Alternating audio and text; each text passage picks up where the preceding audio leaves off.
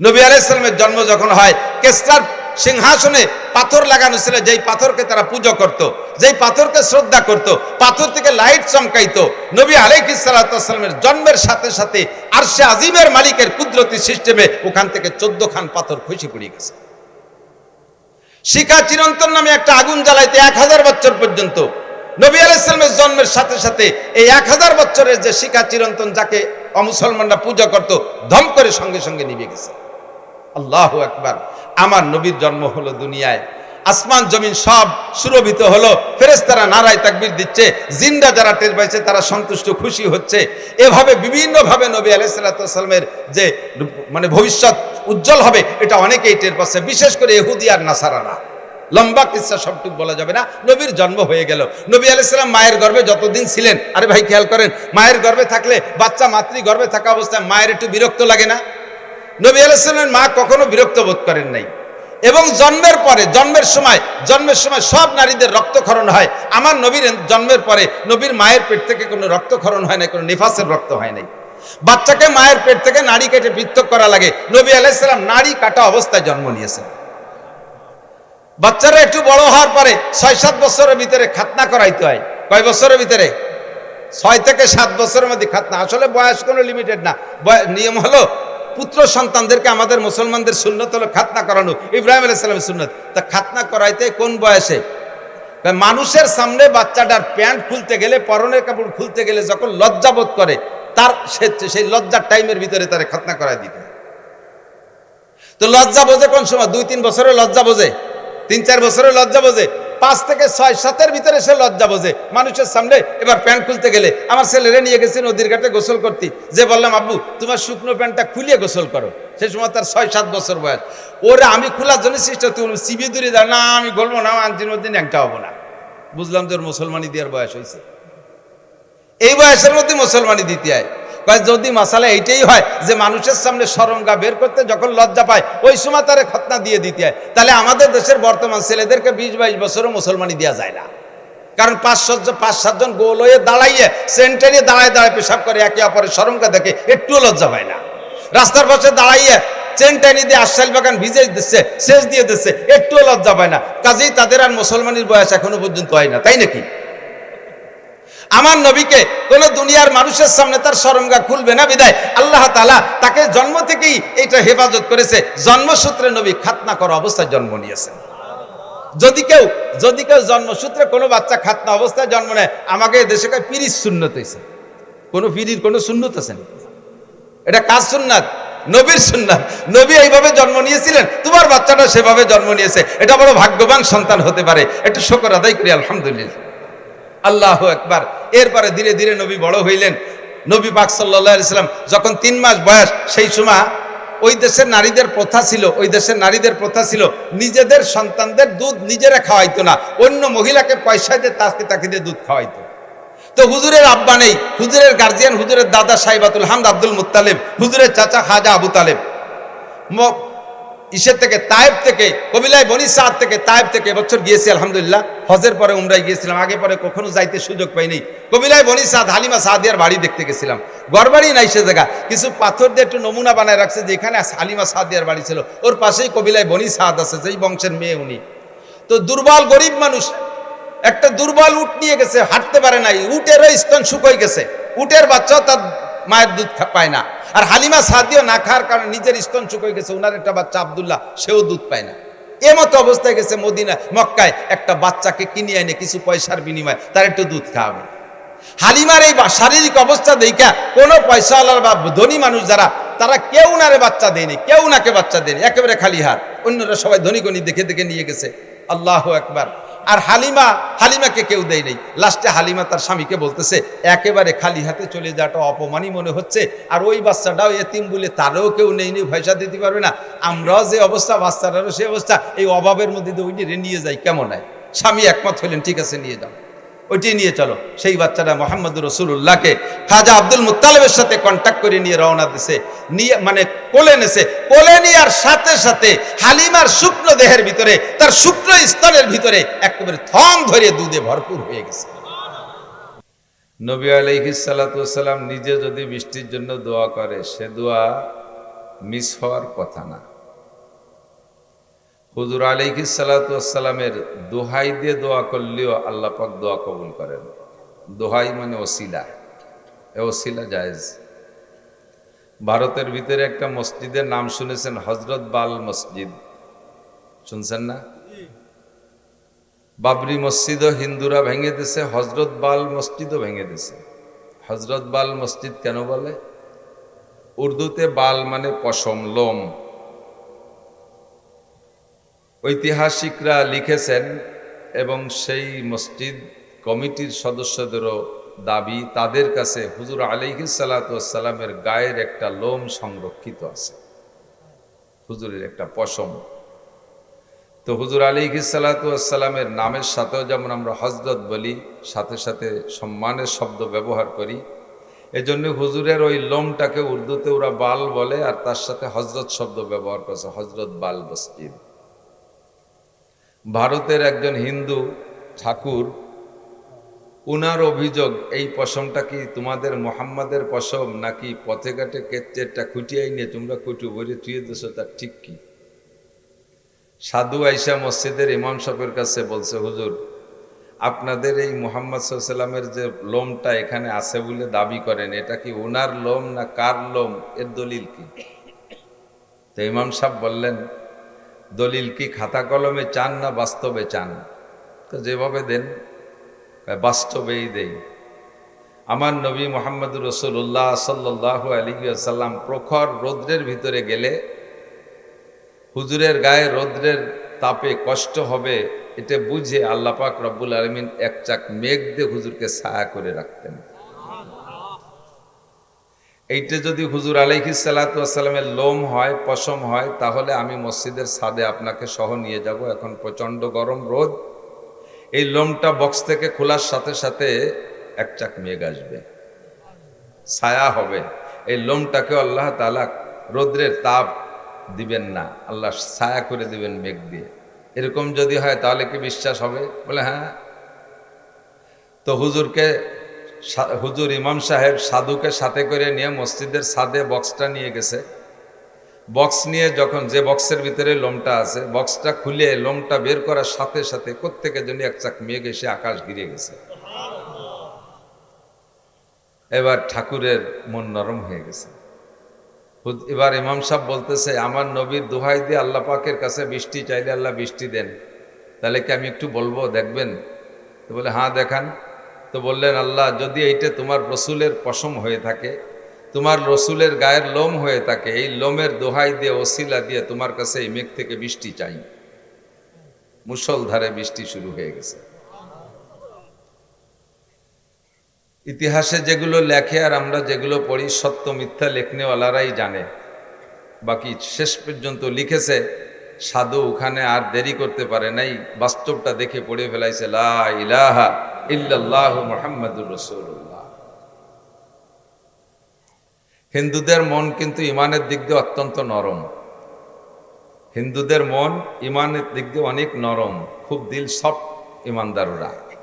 যা কিছু একটা বড় দেখলি তারে সেবা দেওয়া শুরু করে দেয়। বড় একটা বট গাছ, তার পাশায় সিঁদুর মাথায় দিয়ে সেবা দেওয়া শুরু করে দেয়, সিঁদুর মাথায়, মনে করে এটি ভগবান।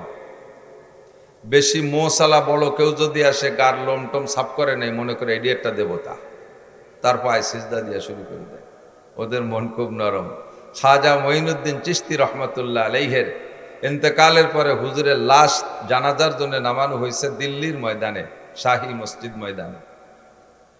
তো ওই সময়ের হিসাব, মাঠের আয়তন জরিপ করেছে, তাতে অনুমান 16 লক্ষ মানুষ জানাজায় উপস্থিত। মঈনুদ্দিন চিশতি রহমাতুল্লাহ আলাইহির সময় কি টেলিফোন ছিল, মোবাইল ছিল, যানবাহনের এত ভালো ব্যবস্থা ছিল? সেই সময় যদি 16 লক্ষ মানুষ জানাজায় হয়, এখনকার সময় যদি হতো তাহলে 16 কোটি হতো, ঠিক না? 16 লক্ষ মানুষের ভিতরে সকলেরই দাবি হুজুরের বিদায়কালে চেহারাটা একটু দেখবে, চেহারা। আল্লাহু আকবার। তো চেহারা দেখার সিস্টেম কি? এক পাশে লাইন দিয়ে যাবে, এক নজর দেখতে দেখতে যাবে। এর ভিতরে হাজার হাজার লক্ষ লক্ষ হিন্দুও ছিল। এই হিন্দুরা দেখা হুজুর খাজা মঈনুদ্দিন চিশতি রহমাতুল্লাহ আলাইহির চেহারা থেকে ওনার এমন একটা নুরানি ফোকাস বের হচ্ছে, তা দেখে 1,00,000 হিন্দু ওই জায়গায় দাঁড়ায় কলেমা পড়ে মুসলমান হয়ে গেছে। কত বড় শান ও মানওয়ালা বুজুর্গ ছিলেন। আল্লাহু আকবার। আমার নবী মুহাম্মদুর রাসূলুল্লাহ সাল্লাল্লাহু আলাইহি ওয়াসাল্লাম নিজে যদি বৃষ্টি চাইতেন, তাহলে সে বৃষ্টির জন্য তো আর অন্যকে দোহাই লাগে না। সাহাবা এসে বললেন, হুজুর অনেকদিন বৃষ্টি হয় না, একটু বৃষ্টির দোয়া করেন। হুজুর দোয়া করলেন, আল্লাহুম্মা আসকিনা গাইসান মুগীসান মারিআন মুরিআন নাফিআন গায়রা দার আজিলান গায়রা আজিলিন। একটা দোয়া করলেন, আল্লাহ খুব দ্রুত উপকারী বৃষ্টি দাও। বলতে দেরি আর বৃষ্টি আসতে দেরি হলো না, মুষলধারে বৃষ্টি শুরু হয়ে গেছে। নামতে নামতে 1 সপ্তাহ বৃষ্টি, এই শুক্রবারের পরে শুক্রবার পর্যন্ত প্রত্যেকের ঘরের ভিতরে পানি ঢুকে গেছে। এখন সেই সাহাবাই এসে কয়, হুজুর তাড়াতাড়ি বৃষ্টি ঠেকান, নাহলে ওই মাইটিয়ে ঘরটারও ভেঙ্গে চলে যাবে না। হুজুর মুস্কি হাসলেন, হেসে বললেন, মানুষ 1 সপ্তাহের ভিতরেই রূপ চেহারা ভাষা পরিবর্তন করে ফেলে। 1 সপ্তাহ আগে তুমি বৃষ্টি চাইলে, আর 1 সপ্তাহ পরে এসে বৃষ্টি ঠেকানোর কথা বলো। বসো দেখি কি করা যায়। হুজুর বললেন, হাত দিয়ে ইশারা দিয়ে বললেন, আল্লাহুম্মা হাওয়া আলাইনা ওয়ালা আলাইনা, আল্লাহুম্মা হাওয়া আলাইনা ওয়ালা আলাইনা। 3 বার বললেন, আর সঙ্গে সঙ্গে আকাশ পরিষ্কার হয়ে মেঘ থেকে কোথায় চলে গেল। সেই রকম জবান তো আমাদের নাই। সেরকম জবান জগতে আর কাহারও আসবে? নবী আলাইহিস সালামের মতো পবিত্র জবানওয়ালা আর কেউ আসবে?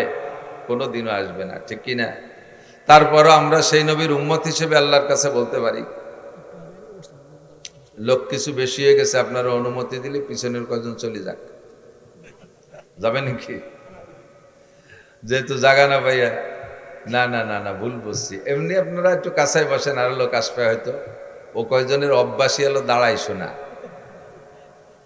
অনেকে দাঁড়ায় দাঁড়ায় শোনার অভ্যাস, বিভিন্ন কারণে দাঁড়ায় শোনে। একটা অভ্যাসই দাঁড়ায় শোনা, অথবা আসার সময় হয়তো বাথরুম করছে, পানি পায়নি, বসলি কাপড় নষ্ট হয়ে যেত, এই জন্য দাঁড়ায় দাঁড়ায় শোনে। এরকম সমস্যা হতে পারে। এমন পচা কথার পরেও যদি দাঁড়াইতে হয়, তাহলে বলবো যে সত্যি আগে সোচে নাই, বাংলা কোয়া লাগে আসুসা।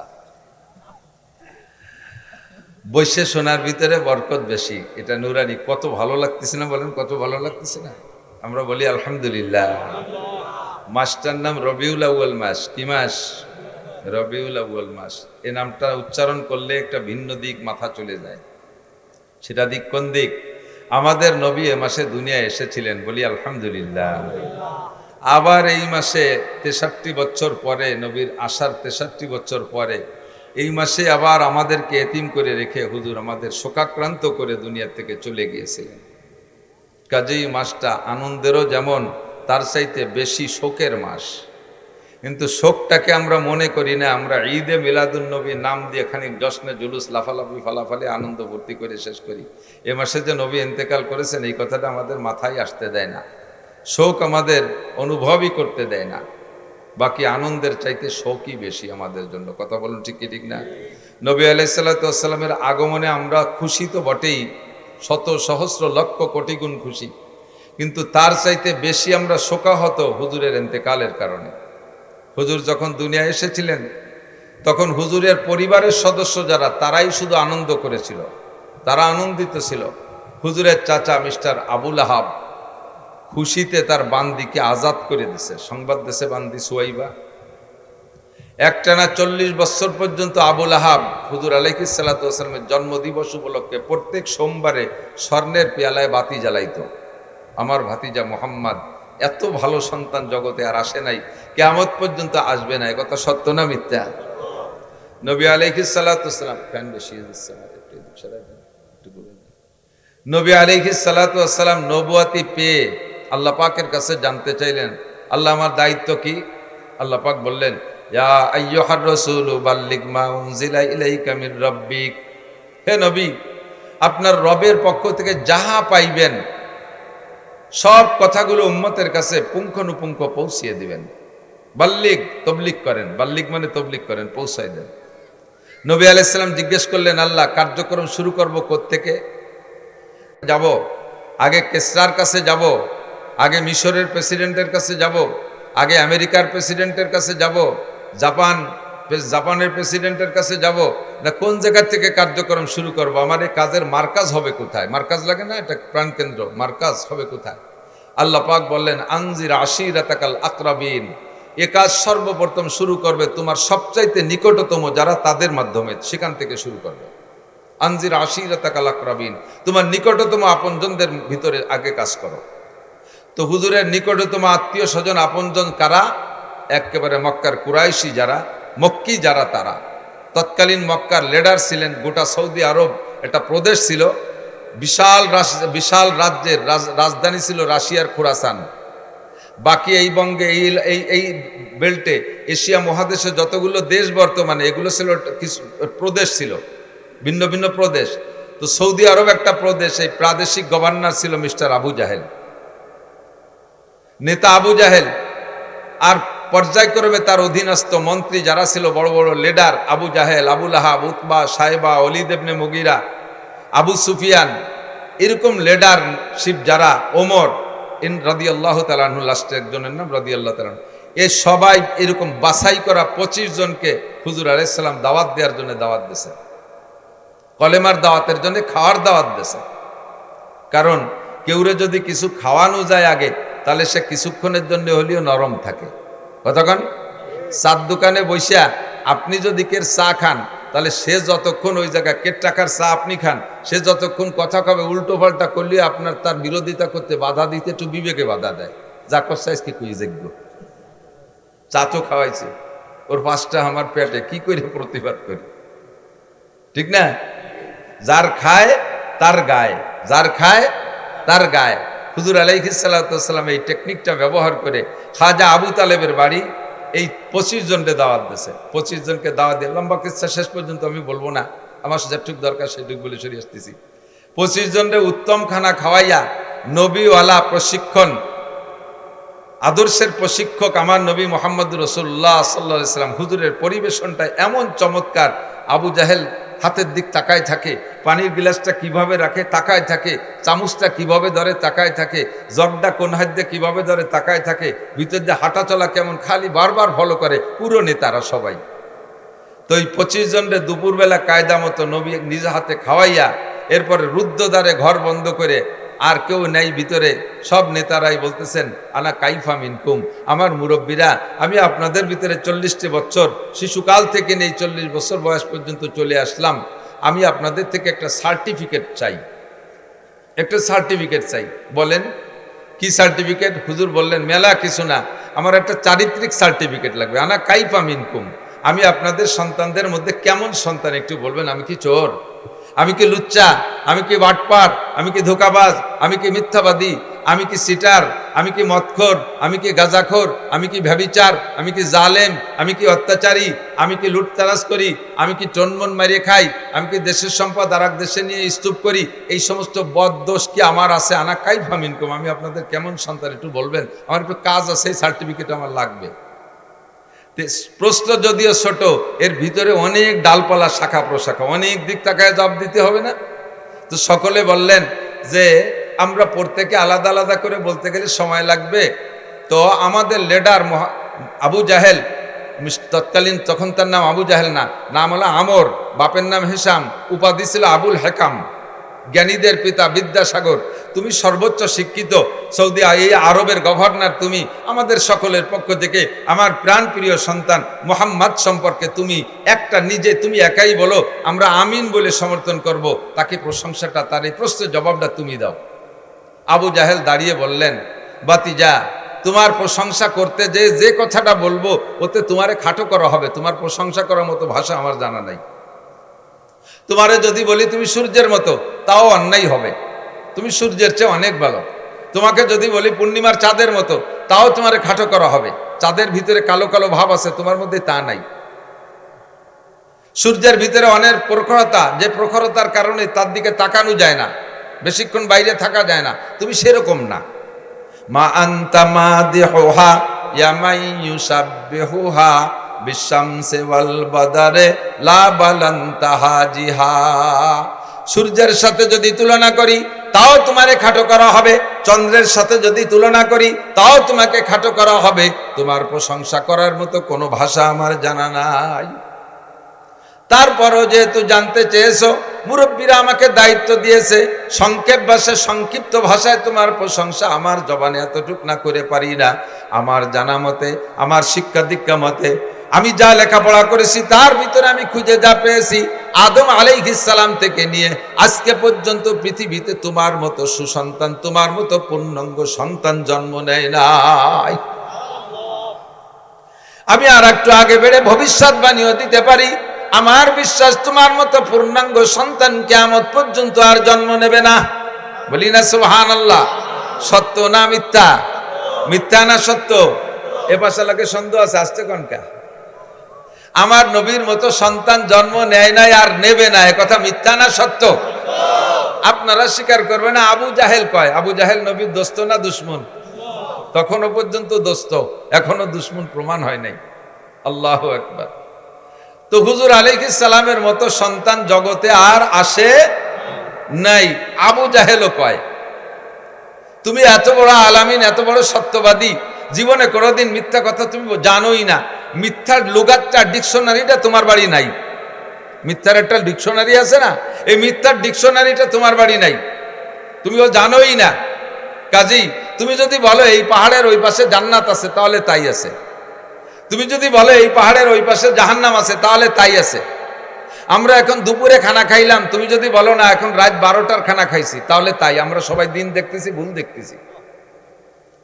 তুমি যদি গভীর রাত্রে বলো এখন বেলা 2টে বাজে, তাহলে 2টে বাজে। আমরা যারা রাত দেখতেছি আমাদের চোখ খারাপ হয়ে গেছে। সারা পৃথিবীর মানুষ একদিকে এক কথা বলবে, আর তুমি একা এক কথা বলবা, তোমারটা সত্য, সারা পৃথিবীর সব মানুষের কথা মিথ্যা। কয় কিনা? আবু জাহেল। আল্লাহু আকবার। তাহলে আমার নবী চির সত্যবাদী, ঠিক কিনা? আমার নবীর চাইতে সুসন্তান, নেক সন্তান আর জগতে আসে নাই। হুজুর আলাইহিস সালাতু ওয়াস সালামের চাচা আবু লাহাব খুশিতে, নবী আলাইহিস সালামের জন্মের পর খুশিতে তার বান্দি সুয়াইবাকে আঙ্গুলের ইশারা দিয়ে আজাদ করে দিয়েছে। সেই নবীর জন্মের সাথে সাথে তো ওই পরিবারের আর পরিবারেরও কেউ জানতো না, জগতের কেউ জানতো না যে এই ছেলেটা পরবর্তীতে বিশ্ব নবী হবে, তা তো কেউ জানতো না। কথা বলুন।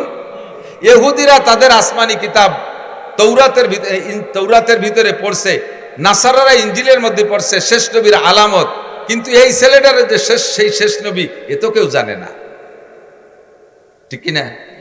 আল্লাহু আকবার। কিন্তু পরবর্তীতে ধীরে ধীরে যখন বড় হইয়া নবী হইলেন, তখন তো সারা পৃথিবীর সবাই জেনে গেছে, সারা পৃথিবীর সবাই জেনে গেছে। এর কারণে নবী আলাইহিস সালাতু ওয়াস সালামের জন্মের তারিখটা নিয়েও সন্দেহ। সে সময় তো আর জন্ম নিবন্ধন হতো না, আইডি কার্ড হতো না। হুজুর আলাইহিস সালাতু ওয়াস সালাম এত বড় নবী হবে পরিবারের সদস্য কেউ জানতেন না। আর বাপ হিসাব রাখবে, বাপ মারা গেছে, উনি মায়ের গর্ভে থাকতে। এর জন্য জন্ম তারিখ নিয়ে অনেক সন্দেহ আছে, আকপাস আছে, ইখতিলাফ, মতানৈক্য আছে। বেশিরভাগ ঐতিহাসিকদের মতামত 8ই রবিউল আউয়াল নবী আলাইহিস সালামের জন্ম। তবে নবী পাকের ইন্তেকাল 12ই রবিউল আউয়াল, এর মধ্যে কোনো সন্দেহ। এটা সেই সময় 16 লক্ষ সাহাবা উপস্থিত, লক্ষ লক্ষ মানুষ শিক্ষিত সে সময় হুজুরের উপস্থিত, হুজুরের ইন্তেকালের সময়। আল্লাহু আকবার। এজন্য নবীর জন্মে যে কয়জন খুশি ছিল, নবীর ইন্তেকালে তার চাইতে হাজার হাজার গুণ বেশি মানুষ দুঃখিত। আর এখন 200 কোটি মুসলমান আমরা দুনিয়ায় আছি, আমার নবীর ইন্তেকালের খবরে আমরা সকলেই দুঃখিত। এই মাসটা নবীর জন্ম, এই মাসে নবী পাক সাল্লাল্লাহু আলাইহি সাল্লামের মৃত্যু এবং ইন্তেকাল।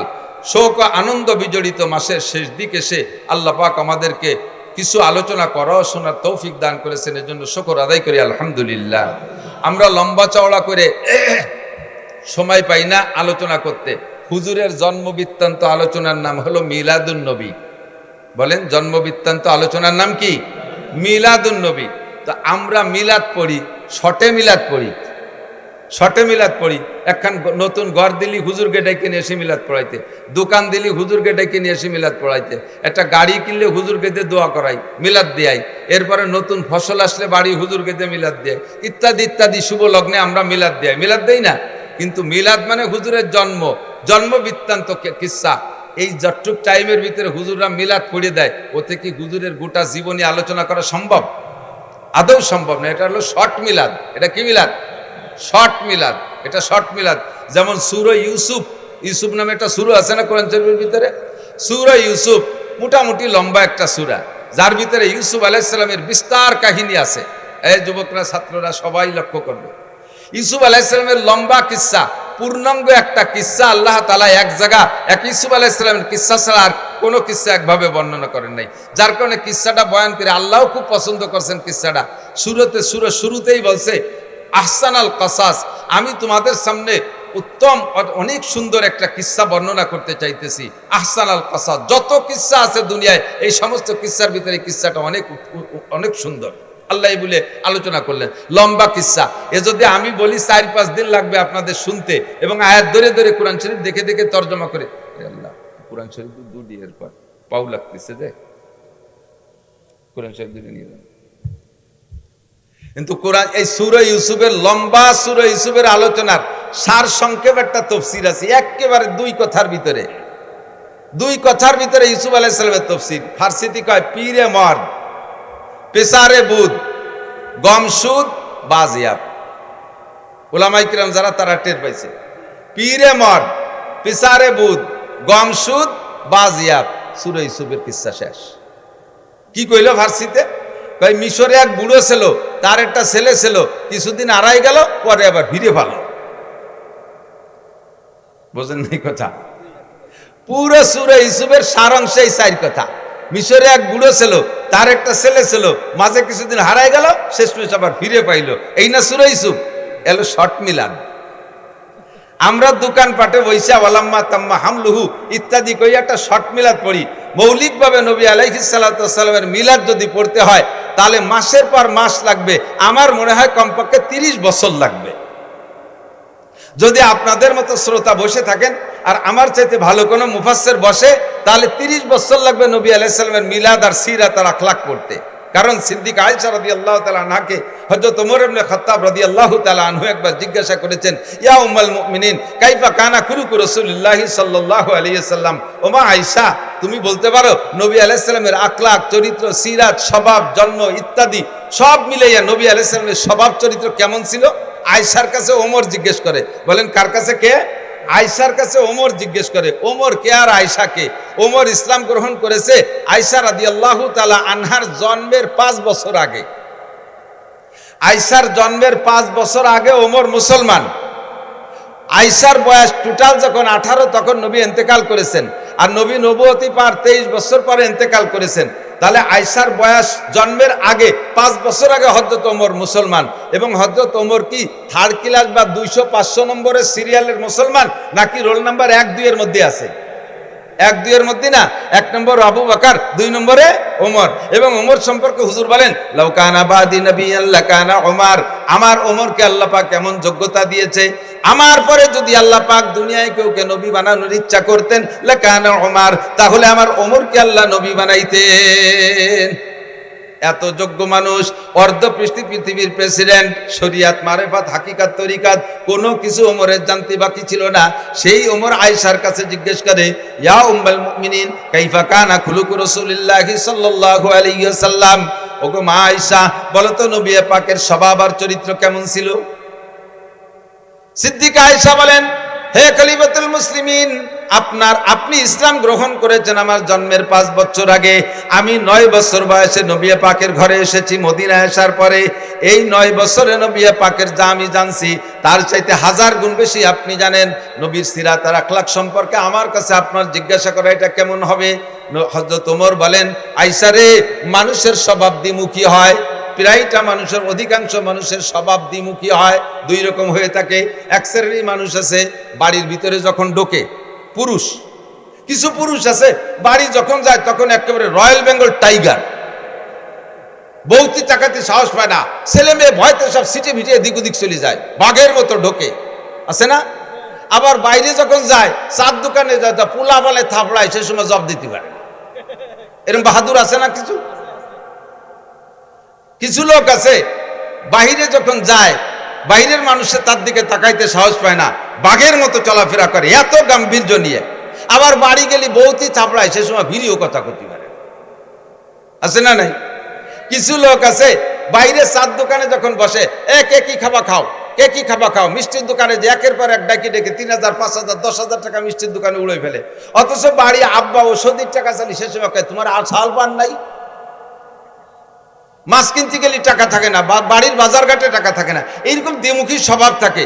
তো আয়েশা নবী আলাইহিস সালামের বাইরের অবস্থাটা আমরা জানি, বাইরে হুজুর কেমন সেটা তো প্রশংসার শেষ নাই, বাইরেরটা জানি, কিন্তু ঘরোয়া অবস্থা কেমন এইটা তোমার সাথে ভালো কেউ জানে না। তো বাইরেরটা এবং ভিতরেরটা তবু উভয়টা তুমি জানো, নবীর সাথে সফরও করেছো তুমি, বাইরেও গিয়েছো, ভিতরেও জানো। কাজেই নবী পাকের সলিড সত্য চরিত্র যদি জানতে হয় তাহলে তোমার কাছ থেকে জানতে হবে। তুমি বলো মা কেমন ছিল। সিদ্দিকা আয়েশা বলতেছেন, ইয়া আমিরুল মুমিনিন আলা তাকরাউল কুরআন, খলিফাতুল মুসলিমিন আপনি কোরআন শরীফ পড়েন না? বলে হ্যাঁ কোরআন শরীফ তো পড়ি, প্রায় তো সপ্তাহে 1-2 খতম দেই। তা কোরআন শরীফ পড়ে কি হবে?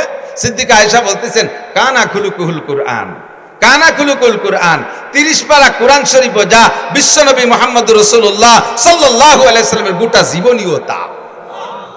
কাজী যদি নবীর সিরাত আর আখলাক আর জীবন বৃত্তান্ত জানতে হয়, কোরআন শরীফকে শুরু থেকে শেষ পর্যন্ত পড়লেই বোঝা যাবে যে এইটা যেন বিশ্ব নবীর জীবনই পড়তেছে।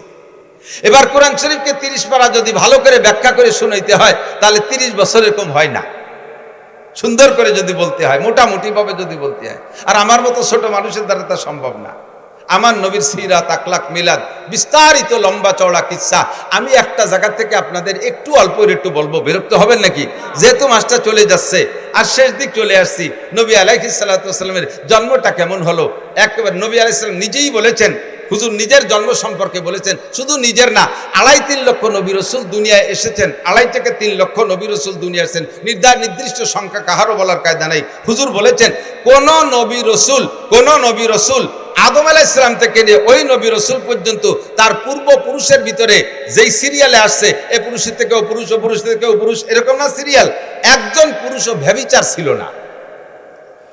যেই মহিলাদের মাধ্যম দিয়ে উনি দুনিয়ায় আসছেন ওই নবী রাসূল, একজন মহিলা ব্যভিচারিণী ছিল না, একজন মহিলা জিনা করে নাই, একজন পুরুষও ব্যভিচার চরিত্রহীন ছিল না। অন্যভাবে কাফের থাকতে পারে, মুশরিক থাকতে পারে, বেঈমান থাকতে পারে, কিন্তু চরিত্রের এই নোংরামিটা আসে নাই। একটা পবিত্র আত্মার মাধ্যম দিয়ে সমস্ত নবী রাসূলগুলো দুনিয়ায় এসেছেন। তন্মধ্যে সবচাইতে নির্ভেজাল একেবারে নির্দ্বিধায় বলা যায় আমার নবী সাল্লাল্লাহু আলাইহি সাল্লাম আদম আলাইহিস সালাম থেকে নিয়ে জন্ম পর্যন্ত এই মাঝে যত সব পুরুষ চলে গেছে, একটা পুরুষও চরিত্রহীন ছিল না, একটা নারীও চরিত্রহীন ছিল না। কথা বলুন ঠিক কি ঠিক না? নবী নিজেই দাবি করেছেন। কাজে এখানে আমার আর অভিযোগের কিছু থাকে?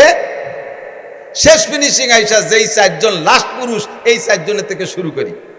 তার আগে একটু বলা লাগে হুজুরের নূরে নবুয়তি, বলেন নূরে নবুয়তি, কথাটা একটু বুঝতে হবে। নূরে নবুয়তি, নবী কিন্তু মানুষ।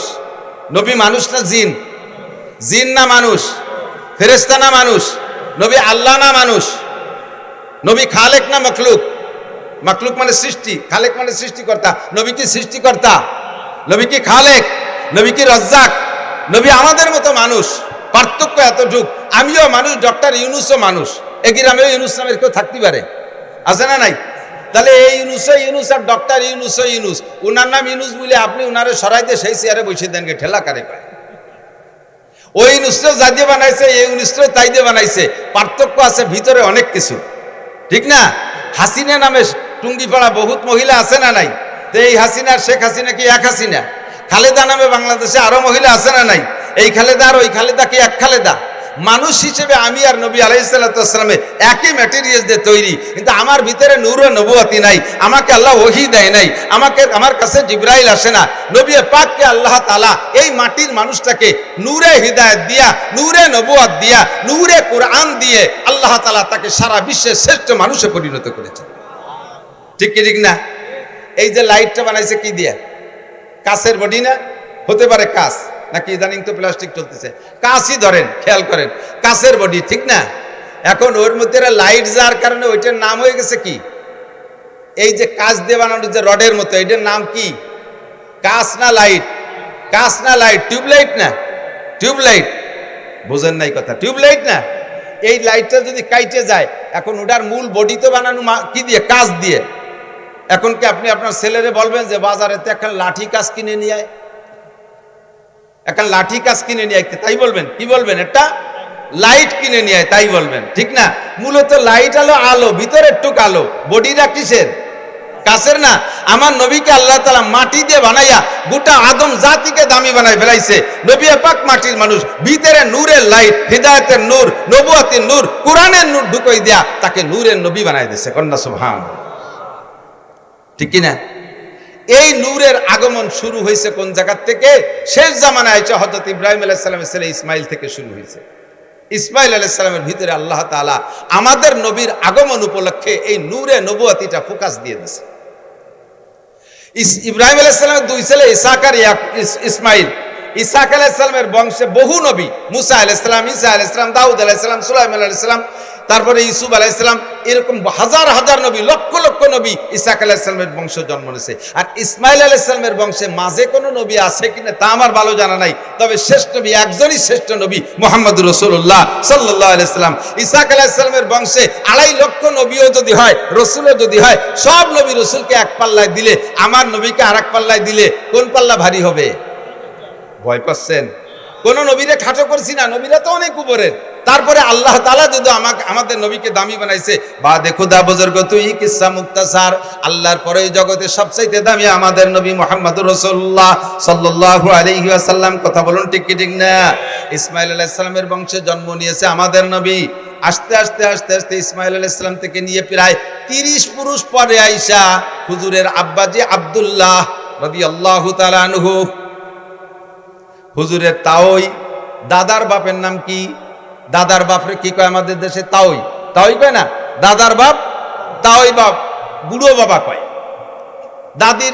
দাদির মারে বুড়ো মা, নানির মারে বুড়ো মা অথবা মাওই। তো হুজুরের আব্বা আব্দুল্লাহ, হুজুরের দাদার নাম হুজুরের আব্বা আব্দুল্লাহ, হুজুরের দাদার নাম আব্দুল মুত্তালিব বলে জানি। আর আব্দুল মুত্তালিবের বাপের নাম হাশেম। নাম কি? এই হাশেম হুজুরের চতুর্থ পুরুষ, হুজুর থেকে নিয়ে চতুর্থ পুরুষ। এত সুদর্শন, এত হ্যান্ডসাম পুরুষ ছিলেন, আল্লাহু আকবার। কুরাইশদের নেতা ছিলেন, মক্কার নেতা ছিলেন, কাবাঘরের জিম্মাদারি উনার হাতে ছিল। ইয়াং মানুষ, যুবক মানুষ, আল্লাহ। মক্কায় থাকতে উনার আরো কয়েকটা বিবাহ ছিল, সে সময় তো ততাধিক বিয়ে, এখনো তো সৌদি আরবওয়ালারা অনেক অনেক বিয়ে করে। তো উনার আরো বিবাহ ছিল, আরো সন্তানও ছিল। এই মক্কায় উনার স্ত্রী পরিবার পরিজন রেখে উনি গাজায়, ফিলিস্তিনের যে গাজা না বর্তমানে গাজা, এই গাজায় উনি ব্যবসার নিয়েতে মদিনা হয়ে গাজার দিকে রওনা দিয়েছে। তো মদিনায় যাওয়ার পরে মদিনার বাজারে যখন উনি ঢুকছে, তখন মদিনার বাজার দিয়ে দেখতেছে সবকিছু, তার মধ্যে দেখে পর্দা পুষিত তো নেই, সবই বেপর্দা। এই বেপর্দার ভিতর দিয়ে একটা মহিলাকে দেখলেন, তার চাল চলন, উঠা বসা, হাঁটা, তার কথাবার্তা একটু ব্যতিক্রম, অত্যন্ত শালীন, অত্যন্ত ভদ্র, দারুণ নম্র, একটু লাজুক লাজুক মনে হচ্ছে, অত্যন্ত রূপসী সুন্দরী। এই মেয়েটাকে দেখিয়া হাশেমের নজর পড়ছে, লোক লাগাইছে, দেখো তো এই মেয়েটার অবস্থা কি, মেয়েটা কি বিবাহিতা না অবিবাহিতা, বিবাহিতা হলে বা বিধবা কিনা, তার স্বামী আছে না নাই। লোক লাগায় রায়বার লাগায় দেখা গেল যেই মহিলাটার স্বামী মানে বিবাহিতা মহিলা, 2টা বাচ্চা আছে, কিন্তু তালাক প্রাপ্তা, তালাক হয়ে গেছে, বর্তমানে স্বামী নেই। সুযোগ পেয়ে হাশেম প্রস্তাব দিলেন, তার কাছে বলো, আমার বাস্তবটা বলো, আমি কোন বংশের, আমি মক্কার মানুষ, আমি কুরাইশি মানুষ, আমি কাবাঘরের জিম্মাদার, আমি কুরাইশদের নেতা, আমি বর্তমানে এই অবস্থা আছি, ব্যবসা বাণিজ্য আমার অনেক সুন্দর, আমার বাহ্যিক রূপ ও চেহারা দেখো, মেয়েটাকে বলো দেখতে, সে যদি আমাকে লাইক করে, পছন্দ করে, তাহলে আমি তাকে বিবাহের প্রস্তাব দিলাম, রাজি থাকলে তোমরা আমাদের বিবাহ পড়াই দাও। রায়বার যে সুন্দর করে বলার পরে মহিলা রাজি হয়ে গেছে, আচ্ছা ঠিক আছে আমি বিয়ে বসবো। যথারীতিতে বিয়ে হয়ে গেল। বিয়ে হয়ে যাওয়ার কারণে উনি তাৎক্ষণিকভাবে গাজায় চলে গেলেন না, মদিনায় কয়েকদিন অবস্থান করলেন, শ্বশুর বাড়ি, ওই মহিলার বাপের বাড়ি। সেখানে কয়েকদিন থাকার ভিতর দিয়ে আল্লাহর কুদরতি সিস্টেমে হাশেমের ভিতরে যে নূরে নবুয়তি চমকাচ্ছিল, ওই নূরে নবুয়তি ওই মহিলার গর্ভে চলে গেছে, মহিলা গর্ভধারিণী হয়ে গেছে। গর্ভ স্ত্রীকে রেখে উনি গাজায় চলে গেছে। গাজায় ব্যবসা বাণিজ্যের ভিতর দিয়ে ওখানে ওনার ইন্তেকাল হয়ে গেছে। হাশেম আর ফিরে আসতে পারেনি।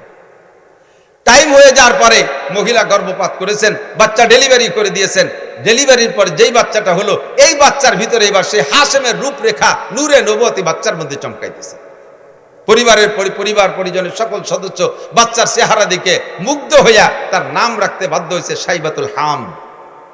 সাইবাতুল হাম মানে প্রশংসার ডিব্বা। এত চেহারা, এত রূপ, এত সবকিছু দেখে সবাই মুগ্ধ, নাম রেখেছে সাইবাতুল হাম। মায়ের কোলে থাকে, নানা বাড়ি থাকে, থাকতে থাকতে 5-6 বছর যখন বয়স হয়ে গেছে, তখন হাশেমের মক্কা একটা ছেলে ছিল, নাম তার মুত্তালিব। একটু খেয়াল করতে হবে, খুব বুঝার। নাম ছিল, তার নাম কি? মুত্তালিব। ওই হাশেমের ছেলে মুত্তালিব। মুত্তালিব খবর পাইছে আমার আব্বা মদিনায় একটা বিয়ে করছেন, সেই ঘরে আমার একটা ভাই জন্ম হয়েছে। আমার আব্বা তো গাজায় গিয়ে মারা গেছে, আমার বিধবা মায়ের কাছ থেকে দেখে আমার ভাইটাকে আনা যায় নাকি। মুত্তালিব চলে গেছে মদিনায়, যাইয়ে খবর নিয়ে খুঁজে পেয়ে গেছেন। পাওয়ার পরে বললেন যে মা, আমার ভাইকে আমার কাছে দিয়ে দেন, আপনি কষ্ট করবেন কেন, আমাদের সন্তান আমরা নিয়ে যাই। অনুমতি দিলেন, নিয়ে চলে আসলেন।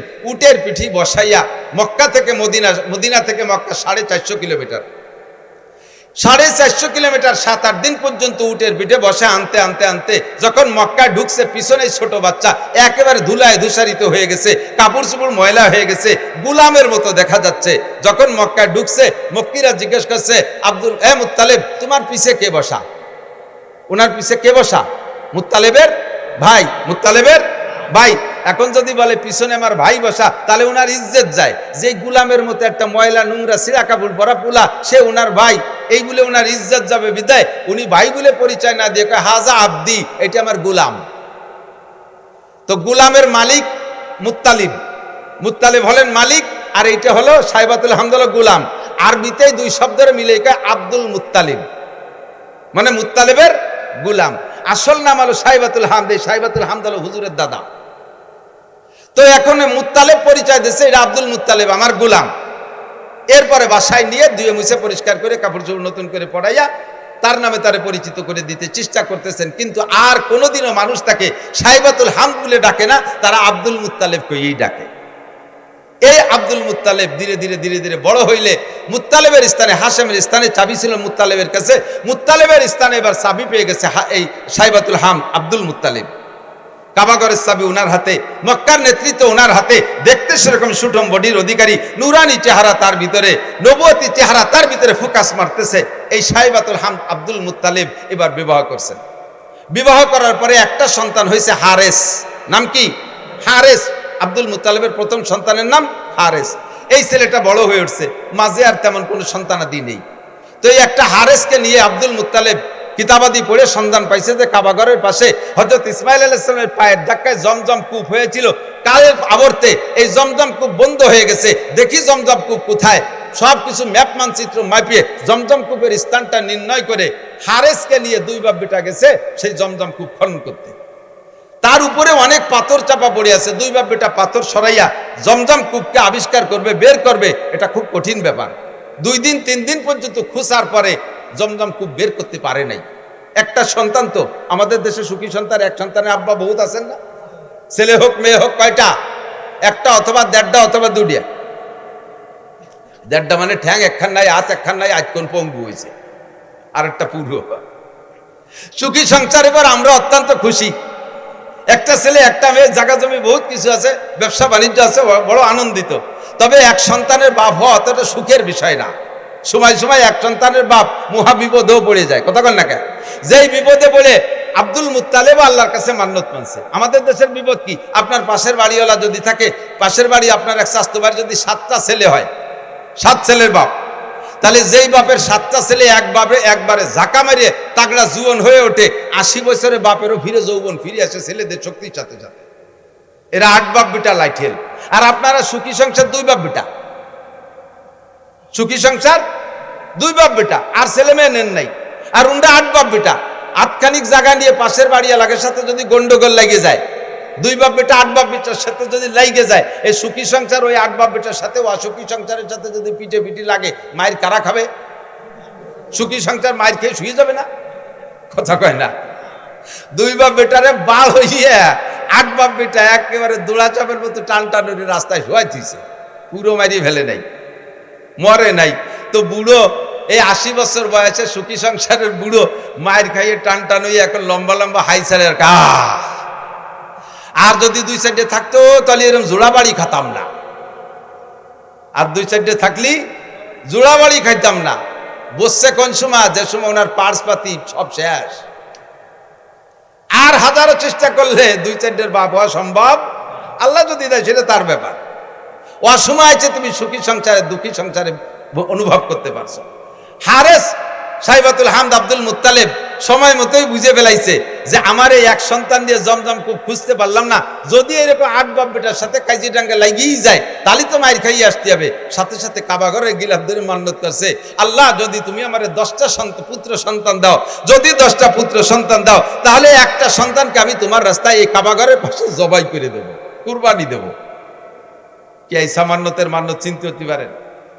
উনার জন্য এই মান্যত পুরো করা ওয়াজিব, কিন্তু এমন মান্যত যদি এই সমাজে কেউ করেন এই মান্যত পুরো করা ওয়াজিব না। অনেকে মানে, মারা, বিশেষ করে মারা মান্যত মানে সন্তান যদি অসুস্থ হয়ে পড়ে, আল্লাহ যদি তুমি আমার বাবারে বাঁচাও, আল্লাহ আমার বাবার রোগ আমারে দিয়ে আমার বাবারে সুস্থ করে, এরকম কেন মারা? নিজের রোগ, বাবার সন্তানের রোগ আমারে দিয়ে আমার বাবারে বাঁচাও, আমার হায়াত তারে দিয়ে আমার বাবারে বাঁচাও, যদি আমার বাবা বেঁচে যায়, আমার সন্তান যদি বেঁচে যায়, তাহলে আমি জীবিত অবস্থায় 7 দিন কবরে থাকবো। তাইয়ে দেখছো কিরম ঠেক। এরকম মান্যতের মশালা আমার কাছে আসে, মিথ্যে কথা বলতেছি না। এই কত যে আসে মাঝে মাঝে উদ্ভট মানে এই মান্যতের কথা। একজনের মান্যত মানছে, হুজুর আমি নিয়ত করছি কাবা ঘরে একটা হেরিকেন দেব। কাবা ঘরে গেছি মানে হেরিকেন লাগাই কোন জায়গা? বাঙালি হেরিকেন কাবা ঘরে চলে? এ মান্যত মানছে, জানে কি এর? এরকম কঠিন কঠিন প্রশ্ন। 7 দিন কবরে তাজা অবস্থায় থাকবো, থেকে দেখছেন একদিন? আরে মরার পরে একদিন থাকবো কিভাবে, সেই চিন্তায় ঘুম হয় না। মরার পরে কিভাবে কবরে থাকবো একদিন, সেই প্রথম রাতটা নিয়ে এই চিন্তা। কবরের প্রথম দিন, মার রব্বুকা মা দীনুকা আমান হাদার রাজুলুল্লাযী বুইসা ফীকুম, 3টা প্রশ্নের জবাব আমাকে কবরে থেকে দিতে হবে। 3টা প্রশ্ন হবে আমার জন্য, আমার সামনে। এই 3 প্রশ্নের জবাব না দিতে পারলে আমার খবর আছে। ওই রাতটা, ওই দিনটা, প্রথম দিন কবরের ওই সময়টা নিয়ে চিন্তা করে তাই রাতে বিছানায় পিঠ দিয়ে ঘুম আসে না টেনশনে। যারা চিন্তা করে, কথা কন না, ঠিক কি ঠিক না? যাদের মধ্যে চিন্তা আছে তারা ভয় পায়। আর তাজা 7 দিন কবরে থাকবা, এইরকম মান্যত যদি কেউ মানে, এই মান্যত পুরো করা লাগবে না, তার তওবা করে কিছু সদকা আল্লাহর রাস্তায় দিয়ে দিলে হবে। কিন্তু আব্দুল মুত্তালিবের মান্যত পুরো করা লাগবে, সাইবাতুল হামদের মান্যত পুরো করা লাগবে। 10টা পুত্র সন্তানের দোয়া করেছে আল্লাহর কাছে, আল্লাহ যদি 10টা পুত্র সন্তান দাও, একটাকে আমি তোমার রাস্তায় কুরবানি করে দেব। আল্লাহ টপ টপ করে একের পর এক 10টা পুত্র সন্তান দিয়ে দিয়েছে। জমজম খুব খনন করতে সন্তান লাগবে, এই জন্য 10টা সন্তান চাইছে। কয় বাব্বিটা মিলিয়ে এবার জমজম খুব আবিষ্কার করেও ফেলাইছে। এখন সন্তানকে কুরবানি দাও, কোনটারে কুরবানি দেবে? ভাগ্যক্রমে আস্তে আস্তে 10 নম্বর সন্তান আব্দুল্লাহর ভিতরে, ওই সাইবাতুল হামদের মধ্য থেকে, এতদিন অন্য কোন সন্তানের ভিতরে প্রকাশ পায় নাই, আব্দুল্লাহর ভিতরে নূরে নবুয়তি চমকাইছে। 10টার ভিতরে এবার যেটা সবচাইতে সুদর্শন চেহারাওয়ালা, তারে কি হাতে ধরে জবাই দিতে মনে কয়? চাইতেছে যে ঘুরে ফিরে অন্য একটারে, যেটা বুসা টুসা একটু কালা টালা আছে, ওর একটারে মাইরি দিয়েছে মান্যত পুরো। কিন্তু তবুও তো সন্তান, তবুও কোনোভাবে কি আব্বা জবাই দেওয়া সম্ভব? কিন্তু মান্যত করছে, আল্লাহর ওয়াদা পূরণ করতেই হবে। এখন কারে জবাই দেবে কোনো নির্ধারিত করে না যে 8 নম্বর ডানা, 6 নম্বর ডানা, 1 নম্বর ডানা, 10 নম্বর ডানা। কাজেই একটারে বের করতে লটারি লাগবে। এবার একের থেকে, হারেস থেকে নিয়ে লটারি করা শুরু করছে। যে কয়বার লটারি করছে 3 বার, প্রত্যেকবার আব্দুল্লাহর নাম আসে। যেটারে সবচেয়ে ভালোবাসে, যারে বাঁচায় রাখার জন্য লটারির পদ্ধতিতে গেলেন, সেইটার নামই আসে বারবার। তো যেহেতু 3-4 বার বা প্রত্যেকবার লটারিতে ওই একই নামে আসে, এখন তারে তোর বাঁচানোর উপায় নাই। তো বাবা জামা কাপড় পরে রেডিও, তোমারে জবাই দিই। আল্লাহর হুকুম, আল্লাহর মান্যত পুরো করতে হবে। বাস্তব কাজেই ছেলেও কোনো দ্বিমত না করে, জি আব্বা চলেন যাই। ছেলেকে নিয়ে গোটগাট করে রওনা দিছে, কাবার পাশে নিয়ে তো জবাই করবে। তো আব্দুল্লাহর বোন, একেবারে উনার মায়ের পেটের যে বোনটা, এই বোনটা বারবার কাঁদতেছে, আব্বা তুমি দরকার আমারে জবাই দাও, আমার ওই ভাইটারে জবাই দিও না। ও ভাইয়ের মধ্যে কিছু না কিছু আছে, ভাইয়ের ভিতরে অন্য কিছু থাকতে পারে। ভাইয়ের যে চেহারা, আব্বা হাজার হাজার মানুষ তার পাগল, তুমি আমার ভাইরে জবাই না দিয়ে আমারে জবাই দাও। বুনে কাঁদতেছে। মা সেটা তো আসলো না লটারিতে, তোর নামও তো লটারিতে নিয়ে দেখলাম, তাও তো আসে না, কি করব? তখন আব্বা একটা পদ্ধতি অবলম্বন করেন, যদি এসে যায় ভাগ্য পরিবর্তন হয়েও যেতে পারে। 10টা উটের সাথে আর আমার ভাই আব্দুল্লাহর সাথে একটা লটারি টান। 10টা উট আর দুইজনের মধ্যে লটারি টান। সেই সময় একজন মানুষকে যদি কেউকে যদি কেউ হত্যা করতো, একজন মানুষের জীবনের বিচার 10টা উট। সেই জন্য 10 উটের সাথে লটারি টানতে বলছে। তো 10 উটে লটারি টানছে, এ জায়গা 10 উটের নামে লটারি আসে নাই, আব্দুল্লাহর নামে শিখছে। কাব্বাত আলী 20টায় টানেন, 20টায় টানছে, তা আব্দুল্লাহর নাম। 30টায় টানেন, তা আব্দুল্লাহর নাম। 40টায় টানেন, তা আব্দুল্লাহর নাম। 90টায় টানেন, তাও আব্দুল্লাহর নাম। কয় যে মা আর বাঁচানো গেল না, আর কত টানবো? কয় যে আব্বা আর শেষবারের মতো 100 উটির সাথে একটা টান দিয়ে দেন। একদিকে 100 উট, আর একদিকে আব্দুল্লাহ। এই 100 উট আর আব্দুল্লাহর ভিতরে লটারি টানলে এবার 100 উটের নামে লটারি আসছে। আব্দুল্লাহ বাইসে গেছে। বলেন আল্লাহু আকবার। আল্লাহ নবী আলাইহিস সালামকে আল্লাহ তাআলা দুনিয়া আনতেছেন। সবাই টাকা দেন, নেওয়া যাবে না।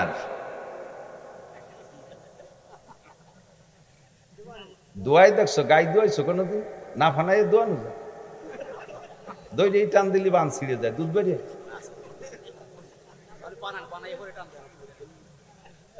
আল্লাহ, একটু মিলাদ পড়ি না, মানুষ কয় যে কওমি হুজুররা মিলাদ পড়ে না, তাই মিলাদ পড়া শুরু হচ্ছে, তার মধ্যে এসে বাবা ঠেলি দিয়েছে না বাবা।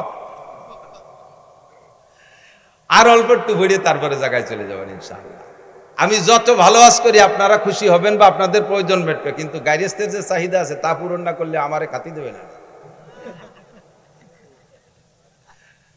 আল্লাহ কষ্ট নিয়েন না। তো আব্দুল্লাহর জন্ম, আল্লাহ আব্দুল্লাহ বেঁচে গেলেন 100 উটের বিনিময়। সেই থেকে বিচার হলো দিয়াত কয় রে, দিয়াত কয় হদ দিয়াত। একজন মানুষকে মানুষ মারি ফেললে তার বিচার, তার যদি জান বাঁচাইতে হয় তাহলে 100 উট দিতে হবে, 100 উট বা সমমূল্য টাকা দিতে হবে। তাহলে একজন মানুষের হত্যার বিচারে এই উটের সম্পদে অর্থের মাধ্যমে মীমাংসা হয়ে যাবে। সেই থেকে 100 উট জারি হয়ে গেছে। কোরআনের বিচারে এখনো তাই, সে বিচার হুজুরও জারি রাখছে যে একজন মানুষের হত্যার বিচার হবে 100 উট। তো খাজা আব্দুল্লাহ বেঁচে গেলেন। এবার আব্দুল্লাহর ভিতরে নূরে নবুয়তি চমকাইতেছে। যেদিকে যায় সেদিকে মানুষ আব্দুল্লাহর দিকে তাকায় থাকে, যেদিকে যায় সেদিকে নারীরা আব্দুল্লাহর দিকে তাকায় থাকে। এবার এই করতে করতে ধীরে ধীরে আব্দুল্লাহর বয়স হয়ে গেছে, বিয়ের বয়স হয়ে গেছে। আব্দুল্লাহকে বিয়ে দেওয়ার জন্য আব্দুল্লাহর বাপ আরো সবাই মিলে চেষ্টা করতেছে, মাইয়ে খুঁজতেছে। খুঁজতে খুঁজতে আব্দে মুনাফের একটা মেয়ে, মেয়েটা বড় রূপসী, মেয়েটির নাম আমেনা। এই রায়বারের মাধ্যমে ঘটকালি করে সেই বাড়ি বিবাহের উদ্দেশ্যে আব্দুল্লাহকে নিয়ে চলতেছে। পথিমধ্যে এক এহুদি মহিলা এই আব্দুল্লাহকে দেখা সকলের ভিতর থেকে ডেকে একটু এদিকে আনছে, ভাই একটু এদিকে আসবেন, ডেকে নিয়ে গেছে। ভাই আপনাকে 100 উট দেবো, আপনি আমার সাথে একটু জীবন দেবেন, আমাকে আপনার বডিটা দেবেন, আপনার দেহটা আমাকে দেবেন, 100 উটের বিনিময়ে রাজি আছেন? আব্দুল্লাহ বলতেছে, সাবধান, আর কখনো ফার্দার এমন চরিত্র নষ্ট হওয়ার কথা বলবা না। আমি জীবনে কোনোদিন আমার চরিত্রে একটা তিল পরিমাণ দাগ লাগাইতে দেই নাই, আমার পূর্বপুরুষের ভিতরে এই বদনাম নাই, আর তুমি এমন নোংরা প্রস্তাব দিচ্ছ আমাকে। ধমক দিছে। মহিলা ভয়তে কথা বলেনি, কিন্তু মহিলার উদ্দেশ্য খারাপ ছিল না, তার উদ্দেশ্য অন্যভাবে ছিল ভালো। এবার আব্দুল্লাহ চলে গেছেন বিবাহের অনুষ্ঠানে, শ্বশুর বাড়ি চলে গেছে, বিয়ে হয়ে গেছে। আমেনাকে নিয়ে 3টি রাত সেখানে রাত যাপন করে তারপরে যখন ফিরে আসতেছে, ওই ইহুদি মহিলার বাড়ির কাছে আসলে এবার ইহুদি মহিলা আবারও আব্দুল্লাহকে দেখে বলছে, ও ভাই এদিকে আসো, তুমি কোথায় গেছিলে? অমুক জায়গা গেছিলাম। কি কারণে? বিয়ে করতে গেছিলাম। বিয়ে করছেন? বলে জি করছি। স্ত্রীর সাথে রাত যাপন করেছেন? বলে জি তা করেছি। সব আপনার চেহারায় ফুটে উঠতেছে, যেই নূর নিয়ে আপনি এখান দিয়ে গিয়েছিলেন সেই নূর আর এখন এদিকে আসে নাই, আপনার সেই চেহারা নাই, আপনার সেই নূরানি চেহারা কোনো না কোনো নারীর গর্ভের ভিতরে রয়ে গেছে। যেই গর্ভের ভিতরে রয়ে গেছে সেই গর্ভের সন্তানটা মুহাম্মদুর রাসূলুল্লাহ সাল্লাল্লাহু আলাইহি ওয়াসাল্লাম, নবী পাকের মিলাদ। এরপরে মহিলা বলতেছে, আল্লাহে আমি আপনার সাথে চরিত্র নষ্ট করার কোনো প্রস্তাব দিয়েছিলাম না, আমি 100 উটের জন্য দিতে চেয়েছিলাম। আপনার ভিতরে আখিরি নবী মুহাম্মদুর রাসূলুল্লাহ সাল্লাল্লাহু আলাইহি ওয়াসাল্লামের নমুনা আমি দেখতেছিলাম। আমার মনে আশা ছিল যে সেই নূরটা আমার গর্ভে আসতো, আপনি যদি আমার সাথে বিবাহে রাজি হতেন তাহলে আমার দেন মোহরের দাবি ছেড়ে দিয়ে আপনাকে আমি 100 উট দিতাম, ওই নূরটা আমার পেটে নেওয়ার জন্য। যেহেতু এখন অন্য জায়গায় চলে গেছে, এখন আপনাকে আমি একটি পয়সার বিনিময়েও আপনাকে আমি বিয়ে করতে রাজি না। আব্দুল্লাহ থেকে চলে গেছে আমিনার গর্ভে। সময় পুরি গেল, নবী আলাইহিস সালাতু সালামের জন্ম হবে। এই জন্মের কিছুদিন আগে হুজুরের আব্বাজি ব্যবসায় যে সেখানে ইন্তেকাল করেছেন। হুজুরের আব্বা আর আসেন নাই, মদিনার পথে ইন্তেকাল করেছেন। এরপরে নবী আলাইহিস সালামের জন্ম হলো। নবী আলাইহিস সালামের জন্ম যখন হয়, কিসরার সিংহাসনে পাথর লাগানো ছিল, যেই পাথরকে তারা পূজা করত, যেই পাথরকে শ্রদ্ধা করত, পাথর থেকে লাইট চমকাইতো। নবী আলাইহিস সালাতু ওয়াসালামের জন্মের সাথে সাথে আরশে আজিমের মালিকের কুদরতি সিস্টেমে ওখান থেকে 14 খান পাথর খসে পড়ে গেছে। শিখা চিরন্তন নামে একটা আগুন জ্বালাইতে 1000 বছর পর্যন্ত। নবী আলাইহিস সালামের জন্মের সাথে সাথে এই 1000 বছরের যে শিখা চিরন্তন, যাকে অমুসলমানরা পূজা করত, ধম করে সঙ্গে সঙ্গে নিভে গেছে। আল্লাহু আকবার। আমার নবীর জন্ম হলো দুনিয়ায়, আসমান জমিন সব সুরভিত হলো, ফেরেশতারা নারায়ে তাকবীর দিচ্ছে, জিন্দা যারা টের পাইছে তারা সন্তুষ্ট খুশি হচ্ছে। এভাবে বিভিন্নভাবে নবী আলাইহিস সালাতু ওয়াস সালামের যে মানে ভবিষ্যৎ উজ্জ্বল হবে এটা অনেকেই টের পাচ্ছে, বিশেষ করে ইহুদি আর নাসারারা। লম্বা কিসসা সবটুকু বলা যাবে না। নবীর জন্ম হয়ে গেল। নবী আলাইহিস সালাম মায়ের গর্ভে যতদিন ছিলেন, আরে ভাই খেয়াল করেন, মায়ের গর্ভে থাকলে বাচ্চা মাতৃ গর্ভে থাকা অবস্থায় মায়ের একটু বিরক্ত লাগে না? নবী আলাইহিস সালামের মা কখনো বিরক্ত বোধ করেন নাই। এবং জন্মের পরে জন্মের সময় সব নারীদের রক্তক্ষরণ হয়। আমার নবীর জন্মের পরে নবীর মায়ের পেট থেকে কোনো রক্তক্ষরণ হয় না, কোনো নিফাসের রক্ত হয় নাই। বাচ্চাকে মায়ের পেট থেকে নাড়ি কেটে পৃথক করা লাগে। নবী আলাইহিস সালাম নাড়ি কাটা অবস্থায় জন্ম নিয়েছেন। বাচ্চারা একটু বড় হওয়ার পরে 6-7 বছরের ভিতরে খাতনা করাইতে হয়। কয় বছরের ভিতরে? 6 থেকে 7 বছরের মধ্যে খাতনা। আসলে বয়স কোনো লিমিটেড না, নিয়ম হলো পুত্র সন্তানদেরকে আমাদের মুসলমানদের সুন্নত হলো খাতনা করানো, ইব্রাহিম আলাইহিস সালামের সুন্নত। তা খাতনা করাইতে কোন বয়সে? মানুষের সামনে বাচ্চাটার প্যান্ট খুলতে গেলে, পরনের কাপড় খুলতে গেলে যখন লজ্জা বোধ করে, তার সেই লজ্জার টাইমের ভিতরে তারে খাতনা করাই দিতে। তো লজ্জা বোঝে কোন সময়? 2-3 বছরের লজ্জা বোঝে, 3-4 বছরের লজ্জা বোঝে, 5 থেকে 6-7-এর ভিতরে সে লজ্জা বোঝে। মানুষের সামনে এবার প্যান্ট খুলতে গেলে, আমার ছেলেরে নিয়ে গেছি নদীর ঘাটে গোসল করতে, যে বললাম আব্বু তোমার শুকনো প্যান্টটা খুলিয়ে গোসল করো, সেই সময় তার 6-7 বছর বয়স। ওরা আমি খোলার জন্য চেষ্টা, তুই সিবি দূরে যা, না আমি বলবো না, আনজির মধ্যে ন্যাংটা হবো না। বুঝলাম যে ওর মুসলমানি দেওয়ার বয়স হয়েছে। এই বয়সের মধ্যে মুসলমানি দিতে হয়। যদি মাসালা এইটাই হয় যে মানুষের সামনে শরমগা বের করতে যখন লজ্জা পায়, ওই সময় তারে খতনা দিয়ে দিতে হয়, তাহলে আমাদের দেশের বর্তমান ছেলেদেরকে 20-22 বছরও মুসলমানি দেওয়া যায় না। কারণ 5-7 জন গোল হয়ে দাঁড়াইয়ে সেন্টারে দাঁড়ায় পেশাব করে, একে অপরের শরমগা দেখে একটুও লজ্জা পায় না। রাস্তার পাশে দাঁড়াইয়ে চেনটাইনি দিয়ে আশাইল বাগান ভিজে দিচ্ছে, সেচ দিয়ে দিচ্ছে, একটুও লজ্জা পায় না। কাজেই তাদের আর মুসলমানির বয়স এখনো পর্যন্ত হয় না, তাই নাকি? আমার নবীকে কোন দুনিয়ার মানুষের সামনে তার শরমগা খুলবে না, বিদায় আল্লাহ তাআলা তাকে জন্ম থেকেই এটা হেফাজত করেছে। জন্মসূত্রে নবী খাতনা করা অবস্থায় জন্ম নিয়েছেন। যদি কেউ জন্মসূত্রে কোনো বাচ্চা খাতনা অবস্থায় জন্ম নেয়, আমাকে দেশে পিরির সুন্নত হয়েছে। কোনো পিরির কোনো সুন্নত আছে না, এটা কাজ সুন্নাত, নবীর সুন্নাত। নবী এইভাবে জন্ম নিয়েছিলেন, তোমার বাচ্চাটা সেভাবে জন্ম নিয়েছে, এটা বড় ভাগ্যবান সন্তান হতে পারে। একটু শুকর আদায় করি আলহামদুলিল্লাহ, আল্লাহু আকবার। এরপরে ধীরে ধীরে নবী বড় হইলেন। নবী পাক সাল্লাল্লাহু আলাইহি সাল্লাম যখন 3 মাস বয়স, সেই সময় ওই দেশের নারীদের প্রথা ছিল নিজেদের সন্তানদের দুধ নিজেরা খাওয়াইতো না, অন্য মহিলাকে পয়সা দিয়ে তাকে দিয়ে দুধ খাওয়াইতো। তো হুজুরের আব্বা নেই, হুজুরের গার্জিয়ান হুজুরের দাদা সাইবাতুল হামদ আব্দুল মুত্তালিব, হুজুরের চাচা খাজা আবু তালেব ইসের থেকে তায়েব থেকে, কবিলায় বনি সাদ থেকে, তায়েব থেকে এবছর গিয়েছি আলহামদুলিল্লাহ, হজের পরে উমরায় গিয়েছিলাম, আগে পরে কখনো যাইতে সুযোগ পাইনি। কবিলায় বনি সাদ হালিমা সাদিয়ার বাড়ি দেখতে গেছিলাম। ঘরবাড়ি নাই সে জায়গা, কিছু পাথর দিয়ে একটু নমুনা বানায় রাখছে যে এখানে হালিমা সাদিয়ার বাড়ি ছিল। ওর পাশেই কবিলায় বনি সাদ আছে, যেই বংশের মেয়ে উনি। তো দুর্বল গরিব মানুষ, একটা দুর্বল উট নিয়ে গেছে, হাঁটতে পারে নাই, উটেরও স্তন শুকিয়ে গেছে, উটের বাচ্চাও তার মায়ের দুধ পায় না। আর হালিমা সাদিও না খাওয়ার কারণে নিজের স্তন শুকিয়ে গেছে, ওনার একটা বাচ্চা আব্দুল্লাহ, সেও দুধ পায় না। এমতো অবস্থায় গেছে মদিনা মক্কায়, একটা বাচ্চাকে কিনে এনে কিছু পয়সার বিনিময়ে তার একটু দুধ খাওয়াবে। হালিমার এই শারীরিক অবস্থা দেখা কোনো পয়সাওয়ালার বা ধনী মানুষ যারা, তারা কেউ নারে বাচ্চা দেয়নি, কেউ নাকে বাচ্চা দেয়নি, একেবারে খালি হাত। অন্যরা সবাই ধনী গণী দেখে দেখে নিয়ে গেছে। আল্লাহু আকবার। আর হালিমাকে কেউ দেয় নেই। লাস্টে হালিমা তার স্বামীকে বলতেছে, একেবারে খালি হাতে চলে যাওয়াটা অপমানই মনে হচ্ছে, আর ওই বাচ্চাটাও এতিম বলে তারও কেউ নেই পয়সা দিতে পারবে না, আমরাও যে অবস্থা বাচ্চাটারও সেই অবস্থা, এই অভাবের মধ্যে ওইটি নিয়ে যাই কেমন হয়? স্বামী একমত হলেন, ঠিক আছে নিয়ে যাও, ওইটি নিয়ে চলো। সেই বাচ্চাটা মোহাম্মদুর রাসূলুল্লাহকে খাজা আব্দুল মুত্তালিবের সাথে কন্ট্যাক্ট করে নিয়ে রওনা দিছে, নিয়ে মানে কোলে নেছে। কোলে নেওয়ার সাথে সাথে হালিমার শুকনো দেহের ভিতরে, তার শুকনো স্তনের ভিতরে একেবারে থম ধরে দুধে ভরপুর হয়ে গেছে। বাচ্চাও খাইছে, নিজের বাচ্চাও খাইছে আব্দুল্লাহ, আর নবী পাকও পেট পুরে দুধ পান করছে। এর আগে 3 রাত পর্যন্ত আব্দুল্লাহ ঘুমায় না দুধের অভাবে। উটের বাচ্চাটা ছটফট করতেছে দুধের অভাবে, উটের স্তনে দুধ নাই। হালিমা দুধ খাইলেই তো তার দুধ হবে। এখন হালিমা দুধ খাবে কোন জায়গা থেকে? সেই শুকনো স্তনওয়ালা উটটার থন সম্পূর্ণ দুধে ভরপুর হয়ে গেছে। উটের বাচ্চাও খাইছে, দোয়াইয়ে উন্ডাও খাইছে, আরামসে ঘুমাইছে।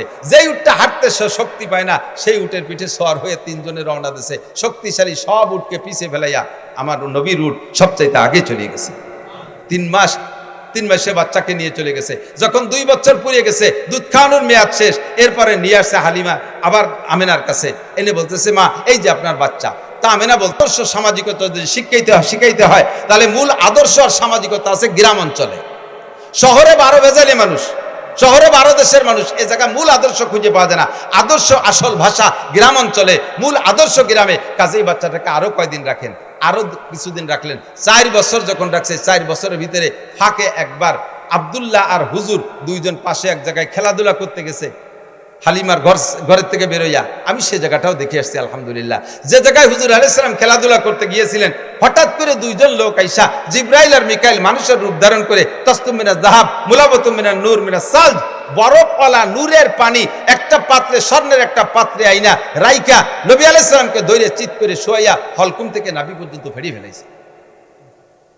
এই ফাড়া দেখা আব্দুল্লাহ দৌড়ে চলে গেছে মার্গ। মা 2টা লোক আইসা আমার বাইরে বুক পড়ি ফেলাইছে, আমার বাইরে বাড়ি ফেলাই দিল। হালিমা আর তার স্বামী 2জন পাগলের মতো দৌড়ে গেছে, যে দেখে যে নবী আলাইহিস সালাম পড়ে আছে। এর ভিতরে কাজ সারি চলে গেছে, অপারেশন হয়ে গেছে।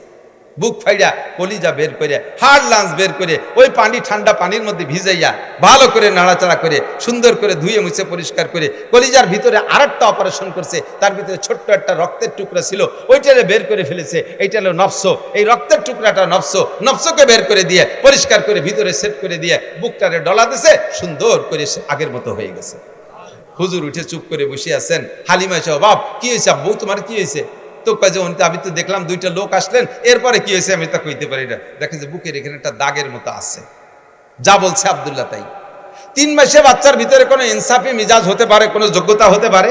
3 মাসের বাচ্চা বিচার ন্যায় বিচার বোঝে? আল্লাহ পাক রব্বুল আলামিন নবী পাককে জন্মসূত্রে এমন একটা চরিত্র দিয়ে তৈরি করেছেন, যার জন্মের পর থেকে কখনো এই চরিত্রের ভিতরে কেউ তিল পরিমাণ দাগ দেওয়ার সুযোগ নেই। আল্লাহ পাক বলেন, ওয়া ইন্নাকা লাআলা খুলুকিন আযীম, আপনাকে জন্মসূত্রে সর্বোত্তম চরিত্রের অধিকারী করে বানাইছি। জন্মসূত্রে আপনি ন্যায় বিচারক, জন্মসূত্রে আপনি আখলাকি, জন্মসূত্রে আপনি শিষ্টাচারওয়ালা, জন্মসূত্রে সর্বোত্তম চরিত্রের অধিকারী। 3 মাসে বাচ্চা আমেনার ঘরে যাইয়া কখনো আমেনার 2টা স্তনের দুধ খেয়ে সাবাল করে দেয় নাই। নবী তো ইচ্ছা করলে করতে পারতেন, আমার দাদা টাকা দেবে, আমি কেন একটা দুধ পান করব? 2টা দুধ পেট ভরে খেয়ে থাকলে তার ছেলে খাবে, নইলে খাবে না, আমি তো টাকার বিনিময়ে খাবো। আমার নবী ইনসাফি মিজাজে কখনো হালিমার 2টা স্তন খান নাই, সর্বদা একটা স্তন খেয়েছেন। এবং তা কোন স্তন খেয়েছেন? যতদিন দুধ পান করেছেন ততদিন ডান স্তনের দুধ পান করেছেন, কখনো বাম স্তনে চাটা দেয় নাই। বাম স্তনের দুধ হারাম তা না, কিন্তু নবী পাক যে ডানপন্থী নবী, ডানওয়ালাদের নবী, ডানকে নবী ভালোবাসেন, এর প্রমাণ জন্মের পর থেকে প্রমাণ করানোর জন্য আল্লাহ পাক নবী পাকের স্বভাব দিয়েছে জীবন ভরে ডান স্তনের দুধ খেয়েছে, যতদিন দুধ খেয়েছেন। আর আব্দুল্লাহ বাম পাশেরটা খাইতেন। আল্লাহু আকবার।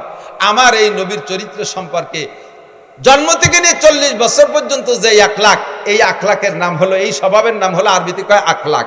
এটার নাম কি? আখলাক। আর আখলাক মানে একটু বোঝেন, প্রত্যেকটা মানুষেরই জন্মসূত্রে একটা আখলাক আছে। শুধু মানুষটা, সব প্রাণীরও আছে, প্রত্যেক প্রাণীরও জন্মসূত্রে আখলাক আছে।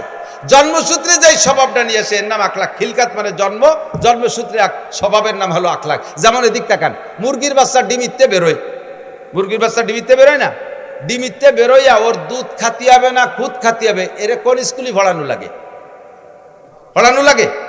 সব মুরগির বাচ্চা জন্মের পরে 3 মাস দুধ খায় না? কথা কয় না? কি খায়? খুদ খায়। তো খুদ কিভাবে খাতি হবে ও মুরগির বাচ্চার কোন কেজি স্কুলিতে শিখিয়ে দিয়েছে? মুরগির বাচ্চার যে খুদ খাইতে হবে এটা তারা কে শিখায়? আল্লাহ শিখায়। বলবেন যে বাড়ির মুরগিতে তার মা আছে, মা শিখাই দেয়। হ্যাঁ, বাড়ির মুরগি তার মা শিখাই দেয় বাচ্চারা এইভাবে খুদ খাইতে হয়। বাড়ির মুরগিতে তার মা বাচ্চারা শিখাই দিল, কিন্তু পোল্ট্রি মুরগির মার নাম কি? তাকে কি মা আছে? কিন্তু তারা খায় কি খায় না? বরং সে গেছে বেশি খায়। এই খাওয়া শিখাইতেছে কে?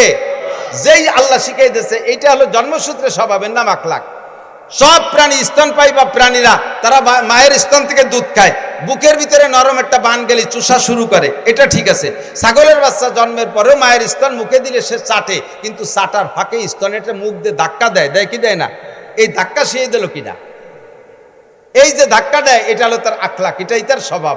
মানুষের বাচ্চা দেখবেন দুধ খায়, এক স্তন মুখে দিয়ে চাটে, ওই বাচ্চাটা মার আর এক দুধের বুটা এরকম নাড়াচাড়া হতে তালে থাকে। ওই বুটা নাড়াচাড়া দিলে ওই বুটার ভিতরে দুধ আছে, এলো পানায়। এটাই সিস্টেম, এটা আখলাক, এটা আবার শিয়ে দেওয়া লাগে না, ঠিক না? এইরকম আখলাকগত দিক দিয়েও যদি বিবেচনা করেন, তাহলে আমার নবীর আখলাকের চাইতে জগতে আর শ্রেষ্ঠ আখলাক ওলা কেউ হইতে পারে? এই নবীর আখলাক নিয়ে যদি কেউ কটূক্তি করে, সমালোচনা করে, কেউ যদি গালি দেয় আর নিন্দা করে, তাহলে তার মুখে আমরা ময়লা মাখাইয়া জুতো মারি। কথা বলুন ঠিক ঠিক না? আমার নবীর সম্পর্কে কেউ যদি কথা বলে, একটা ফুলের টোকা মারে, আমার জীবন দিয়ে তার প্রতিবাদ করতে প্রস্তুত যুবক। কথা বলো ঠিক ঠিক না? কখন আমরা এটা সহ্য করতে পারি? এজন্য আপনাকে আমাকে আল্লাহ পাক রব্বুল আলামিন নবী মদিনায় যাওয়ার পরে মহব্বতের সাথে ডাক দিয়ে বলে, ইয়া আইয়ুহাল্লাযীনা আমানু, হে অন্ধ জগতের অটল বিশ্বাসী পাগলরা। কুরআন শরীফের ভিতরে যত আয়াত আছে ইয়া আইয়ুহাল্লাযীনা আমানু, এই আয়াতগুলো মদিনায় নাজিল হয়েছে।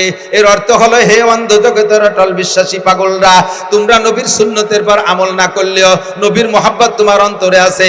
তুমি অন্ধ জগতের অটল বিশ্বাসী পাগল। কোন যুবক যদি মুসলমানের সন্তান যদি নামাজ নাও পড়ে, এমনকি কোন যুবক যদি মুসলমানের সন্তান নামাজ নাও পড়ে, রোজা নাও রাখে, টুপি জীবনে পরে নাই, দাড়ি জীবনে রাখে নাই, কোনোদিন সুন্নতে পোশাক পরে নাই, যে কোনোদিন ঢিলাকুলুক ব্যবহার করে নাই, একবারও জীবনে মিসওয়াক মুখে দেয় নাই, কোনোদিন দস্তারখান বিছিয়ে খানা খায় নাই, সুন্নত নামাজ তো দূরের কথা, ফরজ নামাজও পড়ে না, রমজান মাসে রোজা রাখে না, মুসলমানের সন্তান নাম তার জামাল উদ্দিন, বাপের নাম কামাল উদ্দিন, এই মুসলমানের সন্তানের সামনে যদি আল্লাহর নবী রেখেও গালি দেয়, মুসলমান যুবক বলো, তাহলে তোমার জীবনের শেষ বিন্দু রক্ত দিয়ে প্রতিশোধ নিবা কি নিবা না? নবীকে দেখি নাই, মহাব্বত আমার অন্তরে আছে, যদিও নফসের ধোঁকায় পড়ে, শয়তানের প্রেমে পড়ে আমি সুন্নতের আমল করতে পারি না। তবে মুসলমান যুবক, ভালো করে মনে রাখো, দুনিয়ায় তুমি কার কাছ থেকে আদর্শ শিখবা? এমন একটা মানুষ আল্লাহ দুনিয়ায় পাঠায় নাই যে একটা মানুষের গোটা জীবনের ভিতরে 800 কোটি 1000 কোটি মানুষের সমস্ত মানুষের চলার সংবিধান একজন মানুষ থেকে সম্পূর্ণ আসছে, এমন একজন মানুষ পাবেন না। রবি ঠাকুর বড় পণ্ডিত ছিল, অনেক পাণ্ডিত্যপূর্ণ কথা বলছে, তবে তার একার পাণ্ডিত্য দিয়ে কোনো দেশের সংবিধান তৈরি হতে পারে না। কাজী নজরুল পণ্ডিত মানুষ ছিল, তার পাণ্ডিত্য দিয়ে গোটা বিশ্ব চলতে পারে না। আরো যত বড় বড় বিজ্ঞানী চলে গেছে, একজনের পাণ্ডিত্য আর তার নীতি কথা দিয়া সারা দুনিয়ার মানুষ চলতে পারে না। কিন্তু আল্লাহ একটা মানুষই বানাইছে, যে একটা মানুষের গোটা জীবনের জন্ম থেকে মৃত্যু পর্যন্ত 63 বছরের হায়াতকে যদি কেউ স্মরণ করে, তাহলে 800 কোটি না 8 লক্ষ কোটি মানুষও যদি আসে, তাও ওই একটা মানুষের ভিতরে, একটা মানুষের থেকে সমস্ত মানুষের চলার পথ সংগ্রহ করতে পারে কি পারে না? সারা দুনিয়ার সমস্ত মানুষের আদর্শ একটা মানুষের ভিতরে। আমার নবীর আদর্শ লক্ষ্য করেন, এদিক তাকান। নবী পাক মানুষকে সালাম দিয়ে সাক্ষাৎ করতেন। কতক্ষণ কি দিয়ে? আর এই ইদানিং কালে এই কবে থেকে শুরু হয়েছে আমি তা কইতে পারি না। জেনারেল সংবর্ধনা, জেনারেল মানে ডিপার্টমেন্টে যারা আছে, সুন্নত বাদ দিয়ে যারা অন্য জাতি আছে, তারা সম্মান প্রদর্শন বা সাক্ষাতের সূচনাটা কি দিয়ে করে? 1 চড় 1 লাথি। সেনাবাহিনীতে দেখেন নাই, হলিন্দে দাঁড়াইছে, অফিসার যখন আসে তখন কি করে? চড় দেখাই দিছে, দিতে পারলাম না, দেখে রেখেন। এরপরে গুম করে একটা লাথি মারে, কই লাথিটাও দিতে চাইছিলাম তা পারলাম না, এই জন্য মাটিতে দিলাম। 1 চড় 1 লাথিতে সম্মান প্রদর্শন, সাক্ষাৎ, এটা কোন আদর্শ হতে পারে? আমার নবীর আদর্শ আফসুস সালাম। সাক্ষাৎ হবে কি দিয়া? জোরে বলেন কি দিয়া? আরে কন্যা কি দিয়া? সালাম হবে, ক্লিয়ার সালাম। বলেন আসসালামু আলাইকুম ওয়া রাহমাতুল্লাহি ওয়া বারাকাতুহু।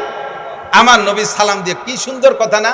আপনিও উত্তর দিচ্ছেন ওয়া আলাইকুম আসসালাম ওয়া রাহমাতুল্লাহি ওয়া বারাকাতুহু। সেম একই কথা, একটু উল্টো ভাবে বলছেন, তরজমা একই। আপনার উপরে আল্লাহর পক্ষ থেকে শান্তি, রহমত আর বরকত নাজিল হোক। বলেন না সুবহানাল্লাহ?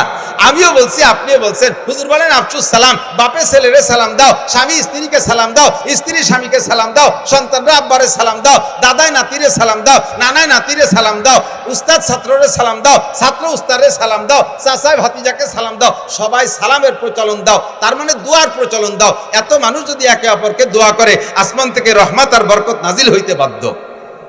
পদ্ধতিটা কত সুন্দর না? এরপরে আসেন একটু সাক্ষাতের, একটু মুসাফা করেন, হাতে হাত মিলাইয়া সুন্দর করে একটা জাকি দেন। আমার নবীর আদর্শ, হাতে হাত দিয়ে মুসাফা করে হাতে জাকি দিলে নবী বলেন হাতের থেকে সমস্ত সগীরা গুনাহ ঝরে পড়ে যায়। জাকিটা মাইপি চুপিয়ে দেবেন, আবার বেকায়দা জাকি দেবেন না। তাগলা 7 ফুটের জুয়ন একটা আমার মতো দুর্বল মৌলবীরা যদি হাত ধরেন খোট টান দেয়, তাহলে গোড়াইতে খুলে যাবে না? এ সিস্টেম না। হালকা করে, এমন জোরে দেবেন না যে হাতের আঙ্গুলগুলো কড়কড় করে ভেঙে যায়। সুন্দর করে ভদ্রতার সাথে। আবার অনেকে মুসাফা করে এরকম আঙ্গুলের মাথায় দিয়ে, এটা মুসাফা হয়নি।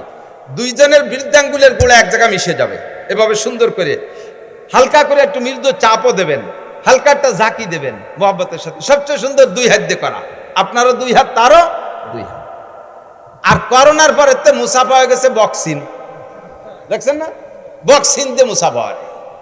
বক্সিন হাতে না দিয়ে না হে দেওয়া হচ্ছে, হাতের মধ্যে করোনা ঢুকছে। শয়তানি যত আইসে গেল না পেয়ে পারি না। করোনার সময় সুয়াইসে বানাইছে করোনারে। একজনের সাথে একজন কথা বলতে গেলে দূরত্ব বজায় রাখতে হবে। মুখের শ্বাস আর একজনের মুখের ভিতরে চলে গেলে তার ভিতরে নাকি করোনা চলে যায়। আল্লাহর রহমতে করোনার বছর প্রত্যেকদিন আমাদের মাহফিল ছিল। একই মাইকে 5-6 জন বক্তা আমরা ওয়াজ করে গেছি। আমি কথা বলতেছি, হালকা হালকা থুকও ছিটতেছে, ওর মধ্যে যাচ্ছে, শ্বাস যাচ্ছে। আমার পরে আর একজন আসতেছে, প্রায় 500 বক্তার সাথে করোনা সিজনে ওয়াজ করলাম। এর একজনের কি করোনা ছিল না? তো ওর মধ্যে তো আমার নাহের মধ্যে করোনা গেল না। এত করোনা আসে কোন জায়গাতে? সম্পূর্ণ মিথ্যে কথা। স্কুল কলেজ ইউনিভার্সিটি সব বন্ধ করে দিয়েছিল, কেজি কিন্ডারগার্টেন সব বন্ধ, আমাদের মাদ্রাসাগুলো খোলা ছিল। আর মাদ্রাসা খোলা থাকার কারণে কেজি স্কুল প্রাইমারি বন্ধ হওয়ার কারণে ওই সময় ওর তো যাইতে পারতেছে না, পোলাপান ঠেলিয়ে সব মাদ্রাসায় দিচ্ছে। বাড়ি থেকে স্কুলে 5-6 ঘন্টা থাকে, মা বাপ কিছুক্ষণ বিরত থাকে। আর স্কুল বন্ধ, সব বাড়ি থেকে আটা আদাও চানাচুর খাবো, আব্বা আটা আদাও মামা খাবো, আম্মা আটা আদাও বড় মামা খাবো, নানা খাবো দাদা খাবো। এ খাতি খাতি মার আসল সব বাপের পকেট শেষ। দায়িত্বে কয় দেহ দিয়ে আশেপাশে মাদ্রাসা খোলা আছে নাকি, এ তোর বাড়ি দিয়ে টিকতে পারতেছি না। দাইয়ে পেয়ে সে মাদ্রাসায় দিয়েছে, মাদ্রাসা ওভারলোড হয়ে গেছে। মাদ্রাসার ঘরের জায়গা কম, ছাত্র বেশি, ছুটি দেবো কোন জায়গায়, কিভাবে রাখবো? ইলিশ পাইলিং জেলখানার মতো ক্যাসিং দিয়ে ঠ্যাঙের মধ্যে বা উড়িয়ে দিয়ে একটার সাথে একটা মিশাই কাজ করে ঠাইসে পাড়াইয়ে গাদায় ছোঁয়াই তুইছি। একটা নাকের নিঃশ্বাস বেরোইয়া আর একটা নাক দিয়ে পিছন দিয়ে বার হয়ে গেছে, তবু আল্লাহর রহমতে করোনা হয়নি। কতক্ষণ ঠিক না? ভয়তে যারা ডবল মাস ছুসি পড়ছো তারাই করোনায় মরছো। ইসলাম, আল্লাহ নবী বলেন ইসলামের মধ্যে সোয়াইসে বলতে কিছু নাই, ইসলামের মধ্যে লক্ষণ বলতে কিছুই নাই। সোয়াইসেও নাই, লক্ষণও নাই। রাতের বেলা লক্ষণ রে ভয় পায়। রাতের বেলা বুতুম পাখি ডাকে, আদওয়া হাম, এরকম হাম বুম। বুতুম পাখি ডাকলে ওই আরবে প্রথা ছিল, বিল্ডিং এর ঘরের উপরে ছাদের উপরে কুক কুক করে ডাকলে কার জন্য আগাফাদা হইবে না, রোগ ব্যাধি হবে। কই জন্য এরকম এখনো গ্রামাঞ্চলে তো এই প্রথা চালু আছে। আদৌ বিশ্বাস করবেন না, সে ডাকতেছে রাতের বেলা, সে জিকির করে, কুক করে জিকির করে। আর আপনি যদি কোন যে ও রোগ ব্যাধি ডাকি আনতেছে, তো জিকির করবে কি? আপনি তো না হেতেল যে ঘুমাইছেন, ও তো একটু জিকির করে। তাও যদি আপনার রোগ আনে তাহলে আনলি আনো। কাউরা বাড়ির মধ্যে ডাকতে ডাকতে গেছে, কি যেন দুঃসংবাদ দিয়ে গেল। তা কাউও বাড়ির মধ্যে ডাকতে ডাকতে কি করে কা কা করে ডাকছে না? তা কাউও কি কাকা ছাড়া আর কি কোরআন শরীফ পড়তে যাবে? তুমি মুসলমানের জীবনে আলহামদুলিল্লাহ পারো না, আর কাউরে দিয়ে কোরআন শরীফ পড়াচ্ছ। আর সে ডাকলি তোকে যদি গজব আসে তা আসুক, কিছু মনে করবে না, এগুলো কিছুই না। For nothing. ইসলাম যা বলতে চাইছি, এই সেই শেখে শুরু হয়েছে বক্সিং দে মুসাফা। এটা সম্পূর্ণ সুন্নতের খেলাফ। মুসাফা করবেন নিয়মতান্ত্রিক। এরপর একটু মোয়ানাকা, নবী পাককে ভালোবাসা বিনিময়, সিনার থেকে সিনার সাথে মোহাব্বত বিনিময় করা হয়। গলার সাথে গলা মিশন, আরবিতে কয় মোয়ানাকা। উনুকুন মানে গর্দান, দুইটা গর্দানকে মিলে নুকে বলা হয় মোয়ানাকা। এটা হবে সিস্টেম। প্রত্যেকের ডাইন পাশে একবার, প্রত্যেকের ডাইন পাশে আবার মুখস্থ করেন। মোয়ানাকা কয়বার, কুলাকুলি কয়বার? প্রত্যেকের ডাইন পাশে। আপনিও ডাইন আনবেন, আমিও ডাইন আনবো, তাহলে এক পাশ হবে, 3 পাশ না। এক পাশে গলা মিশিয়ে দেবেন, সুন্নাত। গলা মিশাবেন, পেট না। বুড়ি এত বড়, গলা মিশানো কত কঠিন না? পেটে পেটে 2 ঘষায় দিয়েছিল, এটা সুন্নতই নেই। মোয়ানাকা কুলাকুলি, স্বামীতে স্ত্রীর সাথে কুলাকুলি করবে, স্ত্রী স্বামীর সাথে করবে। তাই বলে কোনো দুলোভাই শালীর সাথে মোয়ানাকা করবে না, কুলাকুলি করবে না। ও জায়গা কুলাকুলি করলে কবিরা গুনাহ, জিনার গুনাহ। কথা বলুন ঠিক ঠিক না? স্বামী স্ত্রী কুলাকুলি করবেন। স্বামী স্ত্রী যখন কুলাকুলিতে গলা মিশাবেন, আল্লাহ ফেরেশতাদেরকে বলে, দায়িত্বশীল ফেরেশতাদেরকে, ওই দুডেরে নূরের পর্দা দিয়ে ঘিরে দাও, ঘিরে দিয়ে তোমরা আর একদিক ফিরে চেয়ে থাকবো, ওদেরকে দিয়ে ফিরবা না। ওরা ওই অবস্থায় সারা রাত যা করুক, ওকে আমল নামায় নফল নামাজ লিখতে থাকে। বলেন না সুবহানাল্লাহ? নবী পাকের আদর্শ সব জায়গা সুন্দর না অসুন্দর? আমার এক হিন্দু ভক্ত আছে, অনেক হিন্দু ভক্ত আছে। ওই হিন্দু ভক্তরে কইলাম, আমাদের ইসলাম তো সব জায়গা আছে। আমি একটা কয়ে দিতে পারি, যেখানে হাত দেবো সেই জায়গায় ইসলাম। সব জায়গায় দোয়া কালাম আছে, আছে না নাই? স্বামী স্ত্রী মিলনের আগেও দোয়া আছে না নাই? আল্লাহুম্মা জান্নিবনা শায়াতিন ওয়া জান্নিবিশ শায়াতিনা ফিমা রাযাকতানা। এসে গেলে একটু বলে যাই, মানুষের যখন স্বামী স্ত্রী মিলনে যায়, তখন চরিত্রহীন শয়তান ওই পুরুষের সাথে ওই একসাথেই মিলনে শরিক হয়ে যায়। তখন পুরুষের বীর্যই গর্ভধারণ করবে, কিন্তু শয়তান বা জিন যদি একসাথে করে তাহলে ওইটার সাথে ওই শয়তানের কিছু আসর থাকার কারণে ওই বাচ্চাগুলো রক চড়া হয়, মিজাজি হয়, একটু উগ্রপন্থী হয়। যেহেতু শয়তান তো গরম আগুনে তৈরি, তার কিছু প্রভাব ওর ভিতরে চলে আসে। এই শয়তানের হাত থেকে আপনার সন্তানকে পবিত্র রাখার জন্য নবী পাক দোয়া শিখে দিয়েছে। দোয়া পড়বা, আল্লাহুম্মা জান্নিবনা শায়াতিন ওয়া জান্নিবিশ শায়াতিনা ফীমা রাযাকতানা। আল্লাহ শয়তানের হাত থেকে আমাকে বাঁচাও, আর আমার যে সন্তান তুমি দিবা এরও শয়তানের হাত থেকে বাঁচাও। এমন একটা মুহূর্ত দোয়া। বাথরুমে ঢোকার সময় আমাদের নিয়ম আছে না নাই? এগুলো সব নবীর আখলাক। আল্লাহ নিজেই বলেছেন, লাকাদ কানা লাকুম ফি রাসূলিল্লাহি উসওয়াতুন হাসানাহ। আমার রাসূলুল্লাহর ভিতরে গোটা মানব জাতির উত্তম আদর্শ রয়েছে। বাথরুমে যাওয়ার সময় নবীর আদর্শ, বাথরুমে বসার সময় নবীর আদর্শ, বাথরুম শেষ করার ভিতরে নবীর আদর্শ আছে না নাই? বাইরে থাকতে একটা দোয়া, বাম পায়ে দিয়ে বাথরুমে ঢোকা, এগুলো সব সুন্নাত। আমল করলে 100 করে শহীদের সওয়াব, বলেন না সুবহানাল্লাহ। বাথরুমের মধ্যে ঢুকে কিভাবে বসবেন? বাম পায়ের উপরে ভর দিয়ে বসবেন। বাথরুমের ভিতরে যেহেতু একা একা, ও জায়গা তার সাথে কেউ নাই, লুঙ্গিটারে খুলে উপরে কোনো জায়গা বাঁধানোর দরকার হলে বাঁধায় ধুয়ে একটা বিড়ি নিয়ে সুন্দর করে বসবেন। পায়খানার দুমো আর বিড়ির দুমো দিয়ে একসাথে গেলবেন। নবীর সুন্নত না এটা? আর এই সুন্নতের বার আমল করলে আছে না নাই? পায়খানার মধ্যে একজন বিড়ির ভাষা কোন হুজুর নিয়ে থুয়েছে? সর্বনের পিচ্ছাপ স্ট্যান্ডে যত বাস স্ট্যান্ডে যত বাথরুম আছে, যে দেখুন তার ভিতরে কি পরিমাণ বিড়ির ভাষা। স্কুল কলেজের বাথরুমের ভিতরে পাবেন বিড়ির ভাষা। আল্লাহর রহমতে আমাকে মাদ্রাসার বাথরুমের ভিতরে ঢিলাকুলুক ছাড়া পাবেন না, ঠিক না? হাটাজারি মাদ্রাসা যখন প্রথম তৈরি হয়েছে, আপনাদের মাদ্রাসার মতো ছোট হাটাজারি মাদ্রাসা প্রথম হয়েছে, তা হাটাজারি মাদ্রাসা একটা ঘর, আর বাথরুম অতটা ভালো না। সে সময় ড্রেন কাইটিয়া বাঁশ দিয়ে বাথরুম বানাইছে, পাহাড়ি সন্ধে বেড়া। এ তো আমরাও সেদিনকে এই তারাইল ফুকরের মাদ্রাসায় পড়ছি, নাড়াই দিয়ে বেড়া দিতাম। বর্ষাকাল আসলি এই নাড়া উইতি খেয়ে ফেলাই দিত। এক পায়খানায় বসলে 3 পায়খানার মধ্যে আর কি বসার কায়দা ছিল না, একটা দিয়ে 3-4টে দেওয়া যাইত। এখন ওই বাথরুমের সংখ্যা কম, ছাত্র হয়ে গেছে বেশি। হাটাজারি মাদ্রাসা, হাটাজারি মাদ্রাসার ছাত্ররা ফজরের সময় যখন বেশি ভিড় হয়ে যায়, একসাথে চাপ পড়ে, তখন বাথরুম জায়গা না পেয়ে আশেপাশে জমিতে যে বসে পড়ে। পাশের এক জমি লাল করে ফেলাইছে এরা গিয়ে, সার লাগবে না পুনে দিচ্ছে। কৃষক ওই জমিওয়ালা চাষ দিতে আইছে, গরু নিয়ে হাল্লা করে জুড়ি, ওর মধ্যে নামতে পাউ দেওয়ার জায়গা পাচ্ছে। এখন আইসে হুজুরের কাছে গরু ওই জায়গায় দাঁড় করে তুই হুজুরে বলতে, হুজুর আইসে দেন আমার জমি কানে একটু শৈশে দিয়ে যান। কিভাবে নামবো? হুজুর আইসে সত্যি বেকায়দা। হুজুর বলেন তো ঘটনা কি? তো তুমি আমাকে পর খেপছো কে? সব আপনার হুজুররা পায়খানা করছে। হুজুর পায়খানার গায়ে কি হুজুর লেখা আছে? এদেশের গ্রামের মানুষও তো আঁকতে পারে, তোমার সাথে জ্ঞান দাম থাকলে তারা আছে তোমার জমি নষ্ট হচ্ছে। আমার তালবি আলিমকে দোষ দাও, না হুজুর তালবি আলিমরাই পায়খানা করছে। আলামত হলো প্রত্যেক পায়খানার সামনে 3-3টে কুলুক। পাবলিকে ও কাম করে না, এই কুলুক দিয়ে বুঝছি না, পায় ঢিলা দেখে বুঝছি না হুজুররা পায়খানা করছে। হুজুর কয় আলহামদুলিল্লাহ। উনি কয় এটা হুজুররা পায়খানা করছে, 3 কুলুক দেখে চিনছি। হুজুর শুনে খুশি দিয়ে কয় আলহামদুলিল্লাহ। আমার বই ভরে পায়খানা করলে আমি খুশি হলেন। বাজারে পাগল, তোর পায়খানা সব আমি সাফ করে দেবো, লাস্টে জমি আমি চষে দেবো। আমি যে উদ্দেশ্যে মাদ্রাসা করছি সেই উদ্দেশ্যের একটা বাস্তবায়ন ওখানে হয়েছে। নবীর সুন্নতের পাবন্দি করে। আমার তালবি আলিমকে ঢিলাকুলুকের প্রশিক্ষণ দিছি, তারা যে ঢিলাকুলুক করে, আলেম তালবি আলিম তো ওরকমই হতে হবে, তার পায়খানায় দেখে বোঝা যায় যে এটা হুজুরির পায়খানা। হুজুর তো এরকমই হতে হবে, মাদ্রাসা পড়লে এরকমই পড়তে হবে, যারা দেখলে বোঝা যায়, পায়খানা দেখলে বোঝা যায় যে হুজুরির পায়খানা। তা আমার তালবি আলিমদের পায়খানা দেখে যখন বুঝে ফেলাইছিস এটা হুজুরির পায়খানা, ঢিলা আছে, এটা আমার শকরের বিষয়। আমি যে উদ্দেশ্যে মাদ্রাসা করছি সেটা আমার পূর্ণ হয়ে গেছে, এজন্যই শকর আদায় করি আলহামদুলিল্লাহ। তোর পায়খানা সব আমি সাফ করে দেবো, বুই আমি চষে দেবো, চিনতে পারিস না। ভদ্রলোক কয়, হুজুর আমার বুইও চষা লাগবে না, আমার এই বুইরও দরকার নাই, ও জমি আপনারে দান করে দিলাম মাদ্রাসায়। আল্লাহু আকবার। বুজুরগানে দিনের প্রত্যেক কথার ভিতরে আল্লাহ তাআলা বরকত রেখেছে। কথা বলেন ঠিক না? লাকাদ কানা লাকুম ফি রাসূলিল্লাহি উসওয়াতুন হাসানাহ। বাথরুমের ভিতরে যাইয়া বিড়ি খাবেন না, কুত্তয়ও ঘিন্না হবে। মানুষে দাঁড়ায় দাঁড়ায় পেশাব করে আর বিড়ি খায়, পায়খানায় বসে বিড়ি খায়।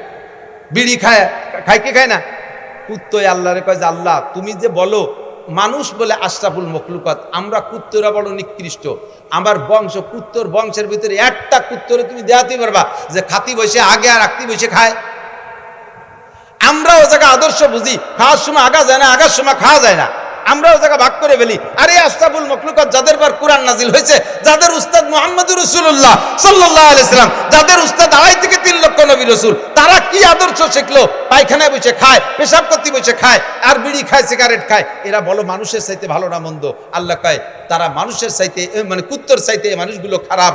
উলাইকা কাল আনাম বাল হুম আদাল্লু উলাইকা হুমুল গাফিলুন। এই জাতীয় মানুষগুলো চতুষ্পদ জন্তুর চাইতে খারাপ। পশুর যে বুদ্ধি আছে সে বুদ্ধিটুকু তার নাই। কথা বলুন ঠিক কি ঠিক না? আমার নবীর আদর্শ সব জায়গায় আছে না নাই? খানা খাইতে বসবেন, কোন হাত দিয়ে খানা খাবেন? ডান হাত দিয়ে। দোয়া আছে না নাই? বাথরুমের ভিতরে বসবেন, ওই জায়গায় একটু সারিয়ে আসি, 3টা ডিলা ব্যবহার করবেন, 3টা ডিলা বাথরুমে। প্রথম ডিলাটা পুরুষটা সামনে থেকে পিছনের দিক, দ্বিতীয়টা পিছন থেকে সামনে দিক, তৃতীয়টা সামনে থেকে পিছনের দিক।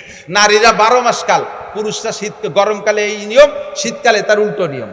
শীতকালে শরীরটা তো ক্লোজ হয়ে আসে, এই জন্য শীতকালে প্রথম ডিলাটা পিছন থেকে সামনের দিক, দ্বিতীয়টা সামনে থেকে পিছনের দিক। আর নারীরা 12 মাস কাল, প্রথমটা পিছন সামনে থেকে পিছনের দিক, দ্বিতীয়টা পিছন থেকে সামনে, তৃতীয়টা সামনে থেকে পিছনে। নবী সব জায়গায় আদর্শ শিখিয়ে দিয়েছে। ইহুদিরা আব্দুল্লাহ ইবনে সালাম রাদিয়াল্লাহু তাআলা যখন মুসলমান হয়েছে, আরে এদিকে আসেন, আব্দুল্লাহ ইবনে সালাম রাদিয়াল্লাহু তাআলা যখন মুসলমান হয়েছে, উনি ইহুদিদের বড় আলেম ছিল।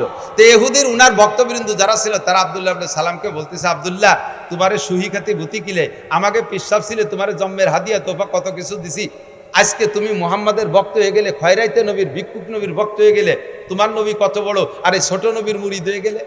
আব্দুল্লাহ ইবনে সালাম কয়, আমার নবী, এই নবী মোহাম্মদ নবী যে ছোট, তার আলামত কি? কয় যে কি শিয়ে বলি বিশ্ব নবী বলি, এত বড় নবী, এত বড় নবী, এত বড়, সে মানুষের ডিলা কুলুক শিয়ে বগল সাফ করতে হবে, নোয়াক কাটতে হবে, নাহের লোমটাই নিয়ে উঠতে হবে।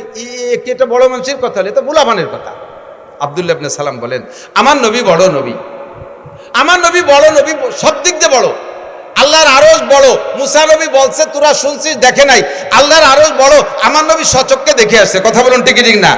জান্নাত বড়, মুসা নবী শুনিয়ে বলছে, দেখে বলে নাই। আমার নবী জান্নাত বড়, দেখে আসছে। জাহান্নাম বড়, মুসা নবী শুনিয়ে বলছে, তাই তোরা জানিস। আমার নবী জাহান্নাম দেখে আসছে। 7টা আসমান অনেক বড়, মুসা নবী জিবরাইলের কাছে শুনে বলছে, তাই তোরা বলিস। আমার নবী 7টা আসমান একে একে দেখে আসছে। সিদরাতুল মুনতাহা অনেক বড়, মুসা নবী জিবরাইলের কাছ থেকে শুনে বলছে, তাই তোরা বলিস। আমার নবী সিদরাতুল মুনতাহা দেখে আসছে। যত বড় তাও আমার নবী বলে, যত ছোট তাও বলে। আর নবী মুসলিল ওয়ালিদিহি ওয়ালাদিহি, নবী হলেন সন্তানের জন্য আব্বার মতো। ইউআল্লিমুনা কুল্লা শাই, আব্বা যেমন সন্তানকে সবকিছু শিখায়, আমাদের নবীও সবকিছু শিখায়। হাত্তাল খেরা, এমনকি আমাদের পায়খানায় বসতে হবে কিভাবে তাও শিখায়, ডিলা কুলুক ধরতে হবে তাও কিভাবে তাও শিখায়। কথা বলুন ঠিকই ঠিক না? আরে ভাই, পীর সাহেবের কাছে মুরিদ হয়েছেন 19 বছর, পীর সাহেবের কাছে মুরিদ হয়েছেন 19 বছর, খালি বছরে 2 বার যান আর আসেন, আর খান আর পিকনিক করে এটি চলে আসেন। আসার সময় কম্বল টম্বল, রুমাল টুমাল, কিছু পাগড়ি পুগড়ি কিনে নিয়ে আসেন। বাকি পীর সাহেব 19 বছরে আপনার 19টা নামাজ ভাঙ্গার কারণ শিখাই নাই, 13টা নামাজের ফরজ শিখাই নাই, 14টা নামাজের ওয়াজিব শিখাই নাই, 28টা নামাজের সুন্নতে মুআক্কাদা তা আপনারে শিখাই নাই, ওযুর ফরজ 4টি, গোসলের ফরজ 3টি, তায়াম্মুমের ফরজ 3টি শিখাই নাই, ওযু ভাঙ্গার কারণ 7টা তা আপনারে শিখাই নাই। আল্লাহু আকবার। নবী আলা প্রশিক্ষণ দাওয়াত ও তাবলীগের মধ্যে আছে। মাত্র 3 দিন, 5 দিন, 7 দিন, 10 দিন একটা চিল্লা লাগাইলে তাবলীগের ভিতরে নবী আলাইহিস সালাম যেমন সাহাবায়ে কেরামদেরকে হাতে ধরে এগুলো শিক্ষা দিয়েছে, তাবলীগের মধ্যে এগুলো শিক্ষা আছে না নাই? একটু জোরে বলেন, আছে না নাই? আপনি আমলিগ করেন, বিএনপি করেন, জামাত করেন, জাতীয় পার্টি করেন, এটা আপনার রাজনৈতিক ফাংশন, সে জায়গায় আমি হাত দিচ্ছি না। বাকি তাবলীগের ভিতরে এরকম হাতে ধরে শিক্ষা আছে না নাই? এটা নবীওয়ালা শিক্ষা। লাকাদ কানা লাকুম ফি রাসূলিল্লাহি উসওয়াতুন হাসানাহ। নবী পাক মক্কায় ছিলেন, হযরত দারে আরকাম রাদিয়াল্লাহু তাআলা আনহুর বাড়ি মাদ্রাসা ছিল। ওই জায়গা 40-42 জন সাহাবাকে নিয়ে হুজুর পড়াইতেন। এই দারে আরকামে থাকা অবস্থা হযরত ওমর রাদিয়াল্লাহু তাআলা ইসলাম গ্রহণ করছে। মক্কা থেকে মদিনায় হিজরত করে যাওয়ার পরে হুজুরের মাদ্রাসা ছিল মসজিদে নববী। মাদ্রাসার নাম কি? আল্লাহু আকবার। উম্মত কত বড় চালাক! যখন শুনছে মাদ্রাসার নাম, আর আগেতে একটু কালেকশনে সোয়া দিয়ে থুইছি, টের পাইছে আর মনে মাদ্রাসার দিকে চলে যাবে। কাজেই চল ওয়াজ শেষ, ওয়াজ তো আগেই সামনেই রয়েছে, মাঝে এইটুকু এসে গেছে, তাই বলি এটা নবীর আখলাক না? একটু বলেন, আদর্শ মানুষ খেয়াল করে না, খেয়াল করেন আমার দিক, আমার দিক, অ্যাটেনশন, খেয়াল করছেন? আদর্শবান মানুষ কাকে বলে বলেন তো? চুরি যে করে সে আদর্শবান না? চোর আদর্শ, ডাকাত আদর্শবান, লুচ্চ, মদখোর, গাঁজাখোর, ইয়াবা ফেন্সিডিল, হিরোইনখোর, সুদখোর, ঘুষখোর, টোন মারে, মন মারে, রাস্তা মারে, খাল মারে, বিজিএফ কার্ড মারে, এরা আদর্শবান মানুষ? দেশের টাকা বস্তা ভরে ভরে নিয়ে কানাডারে বিল্ডিং বানায় দেয়। সোকালারা ভাত পায় না কানাডারে, কানাডা আছে না, দেশের নাম Canada, Canada, crore crore Canada. বাংলাদেশের চোখা লাগে টাকা নিয়ে কানাডা বিল্ডিং বানায়। এ কাজ কি ভালো না মন্দ? এটা মন্দ না ভালো? এই কাম যারা করছে তারা আদর্শ মানুষ না অনাদর্শের মানুষ? সব অনাদর্শবান মানুষ। কথা বলুন ঠিক ঠিক না? এই দোষগুলো মুক্ত যে মানুষগুলো, সেই মানুষগুলো আদর্শবান মানুষ। ঠিক তো? কথা কয় না? আল্লাহর কসম দিয়ে বলবো, এই দোষের একটা দোষও আমাদের মাদ্রাসার কোরআন পড়নেওয়ালা আলেম তালেম দেয়াল ছাত্রদের মধ্যে পাবেন না। ঠিক না? যারা এই বড় বড় মোটা মোটা দাগে মারিয়ে গেছে তারা কোন মাদ্রাসার ছাত্র?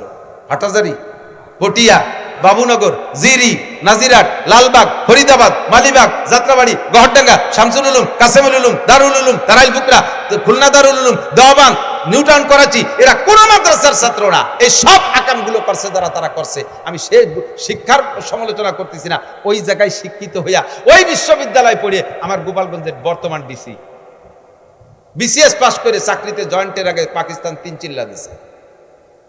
কয়েকদিন আগে ডিসি স্যারের বাড়ি আমাদের 10 জন হুজুরের বাসায় দাওয়াত খাওয়াইছে, দস্তারখান বিছে খানা খাওয়াইছে। এত বড় সুন্নতি দাড়ি। ফজরের নামাজ পড়ে আপনাদের মহারাজপুর মসজিদ মাদ্রাসার মসজিদে একদিন এসে ফজরের নামাজ পড়ছে। যে লোকটা গোপালগঞ্জ থেকে গাড়ি চালায় মহারাজপুর ফজর পড়ে, ওই লোকটা নিশ্চয়ই তাহাজ্জুদ পড়ে রওনা দিয়েছে। উনিও বিশ্ববিদ্যালয়ের ছাত্র।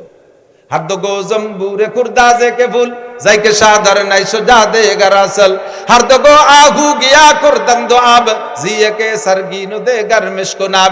একই জঙ্গলের থেকে দুইটা হরিণে ঘাস খায়, ঘাস পাতা খায়। একই জঙ্গলের থেকে একটা হরিণের পেট থেকে শুধু পায়খানা বের হয়, আর একটা হরিণের পেটে মৃগনাভি কস্তরি হয়।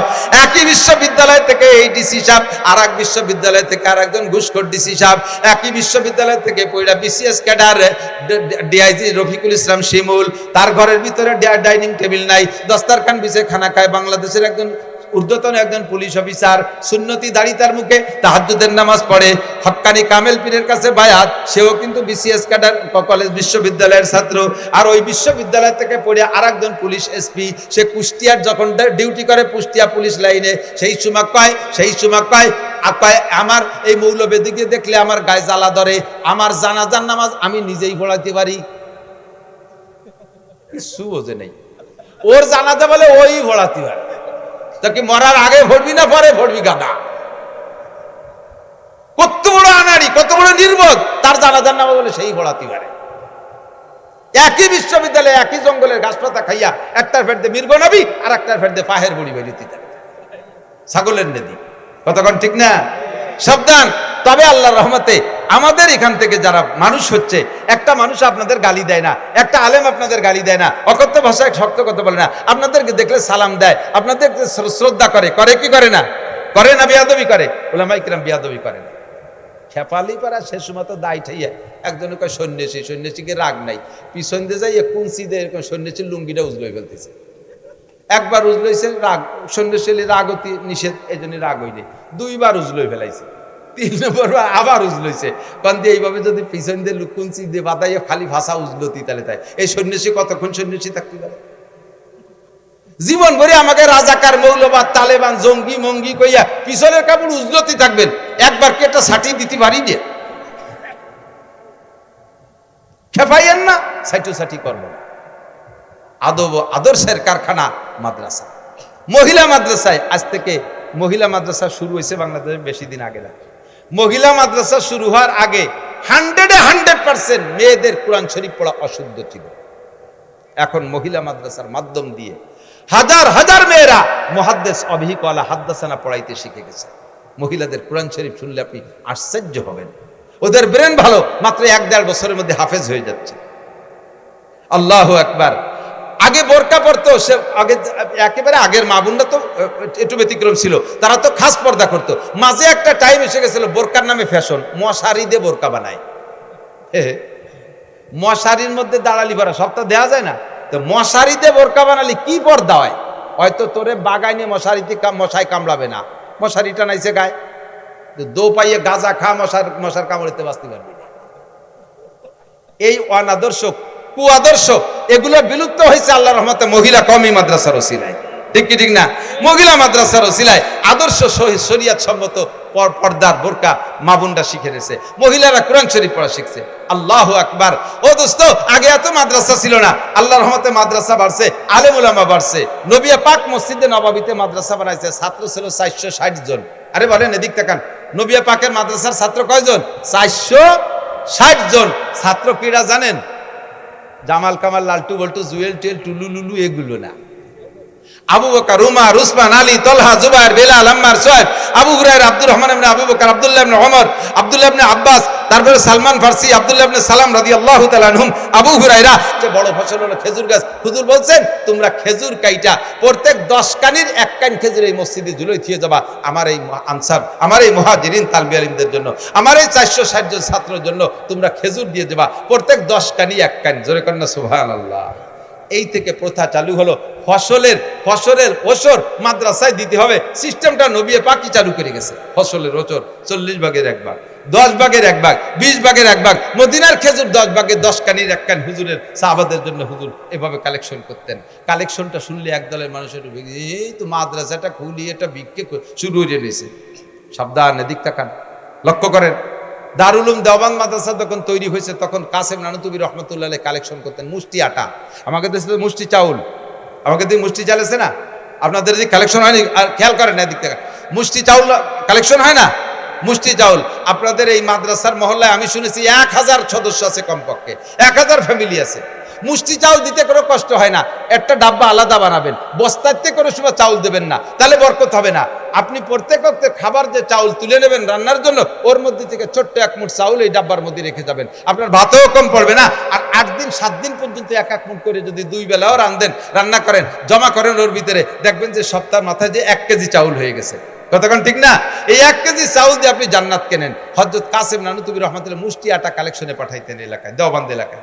তো এক বড় লোক আইসা কাসেম নানুতুবিকে বলতেছে, হুজুর আমার একটা অভিযোগ, আলেম তালবি আলিম আল্লাহ রসুলের মেহমান এরাই শুক্রবার আসলে খয়রাইতে ব্যাগ নিয়ে বাড়ি বাড়ি ঘুরে দেখতে কেমন দেওয়া যায়, আমার তো খুব খারাপ লাগতেছে। হুজুর কয়, বেটা খাওয়াবো কি, সরকার তো টাকা পয়সা দেয় না, মাদ্রাসা জায়গা জমিও নাই, ব্যবসা বাণিজ্য নাই, থেকে খাওয়াতে জন্য মুষ্টি আটা কালেকশন না করলে কি খাওয়াবো?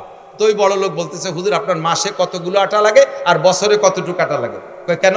কয় যত আটা লাগে সারা বছরের আটা আমি দিয়ে দেবো, যদি চান একবারে দিয়ে দেবো বছরে, তাও নিতে পারেন, মাসে মাসেও নিতে পারেন, বা সাপ্তাহিকভাবেও নিতে পারেন। হুজুর বললেন, তবে শর্ত হলো কালেকশন করতে পারবেন না।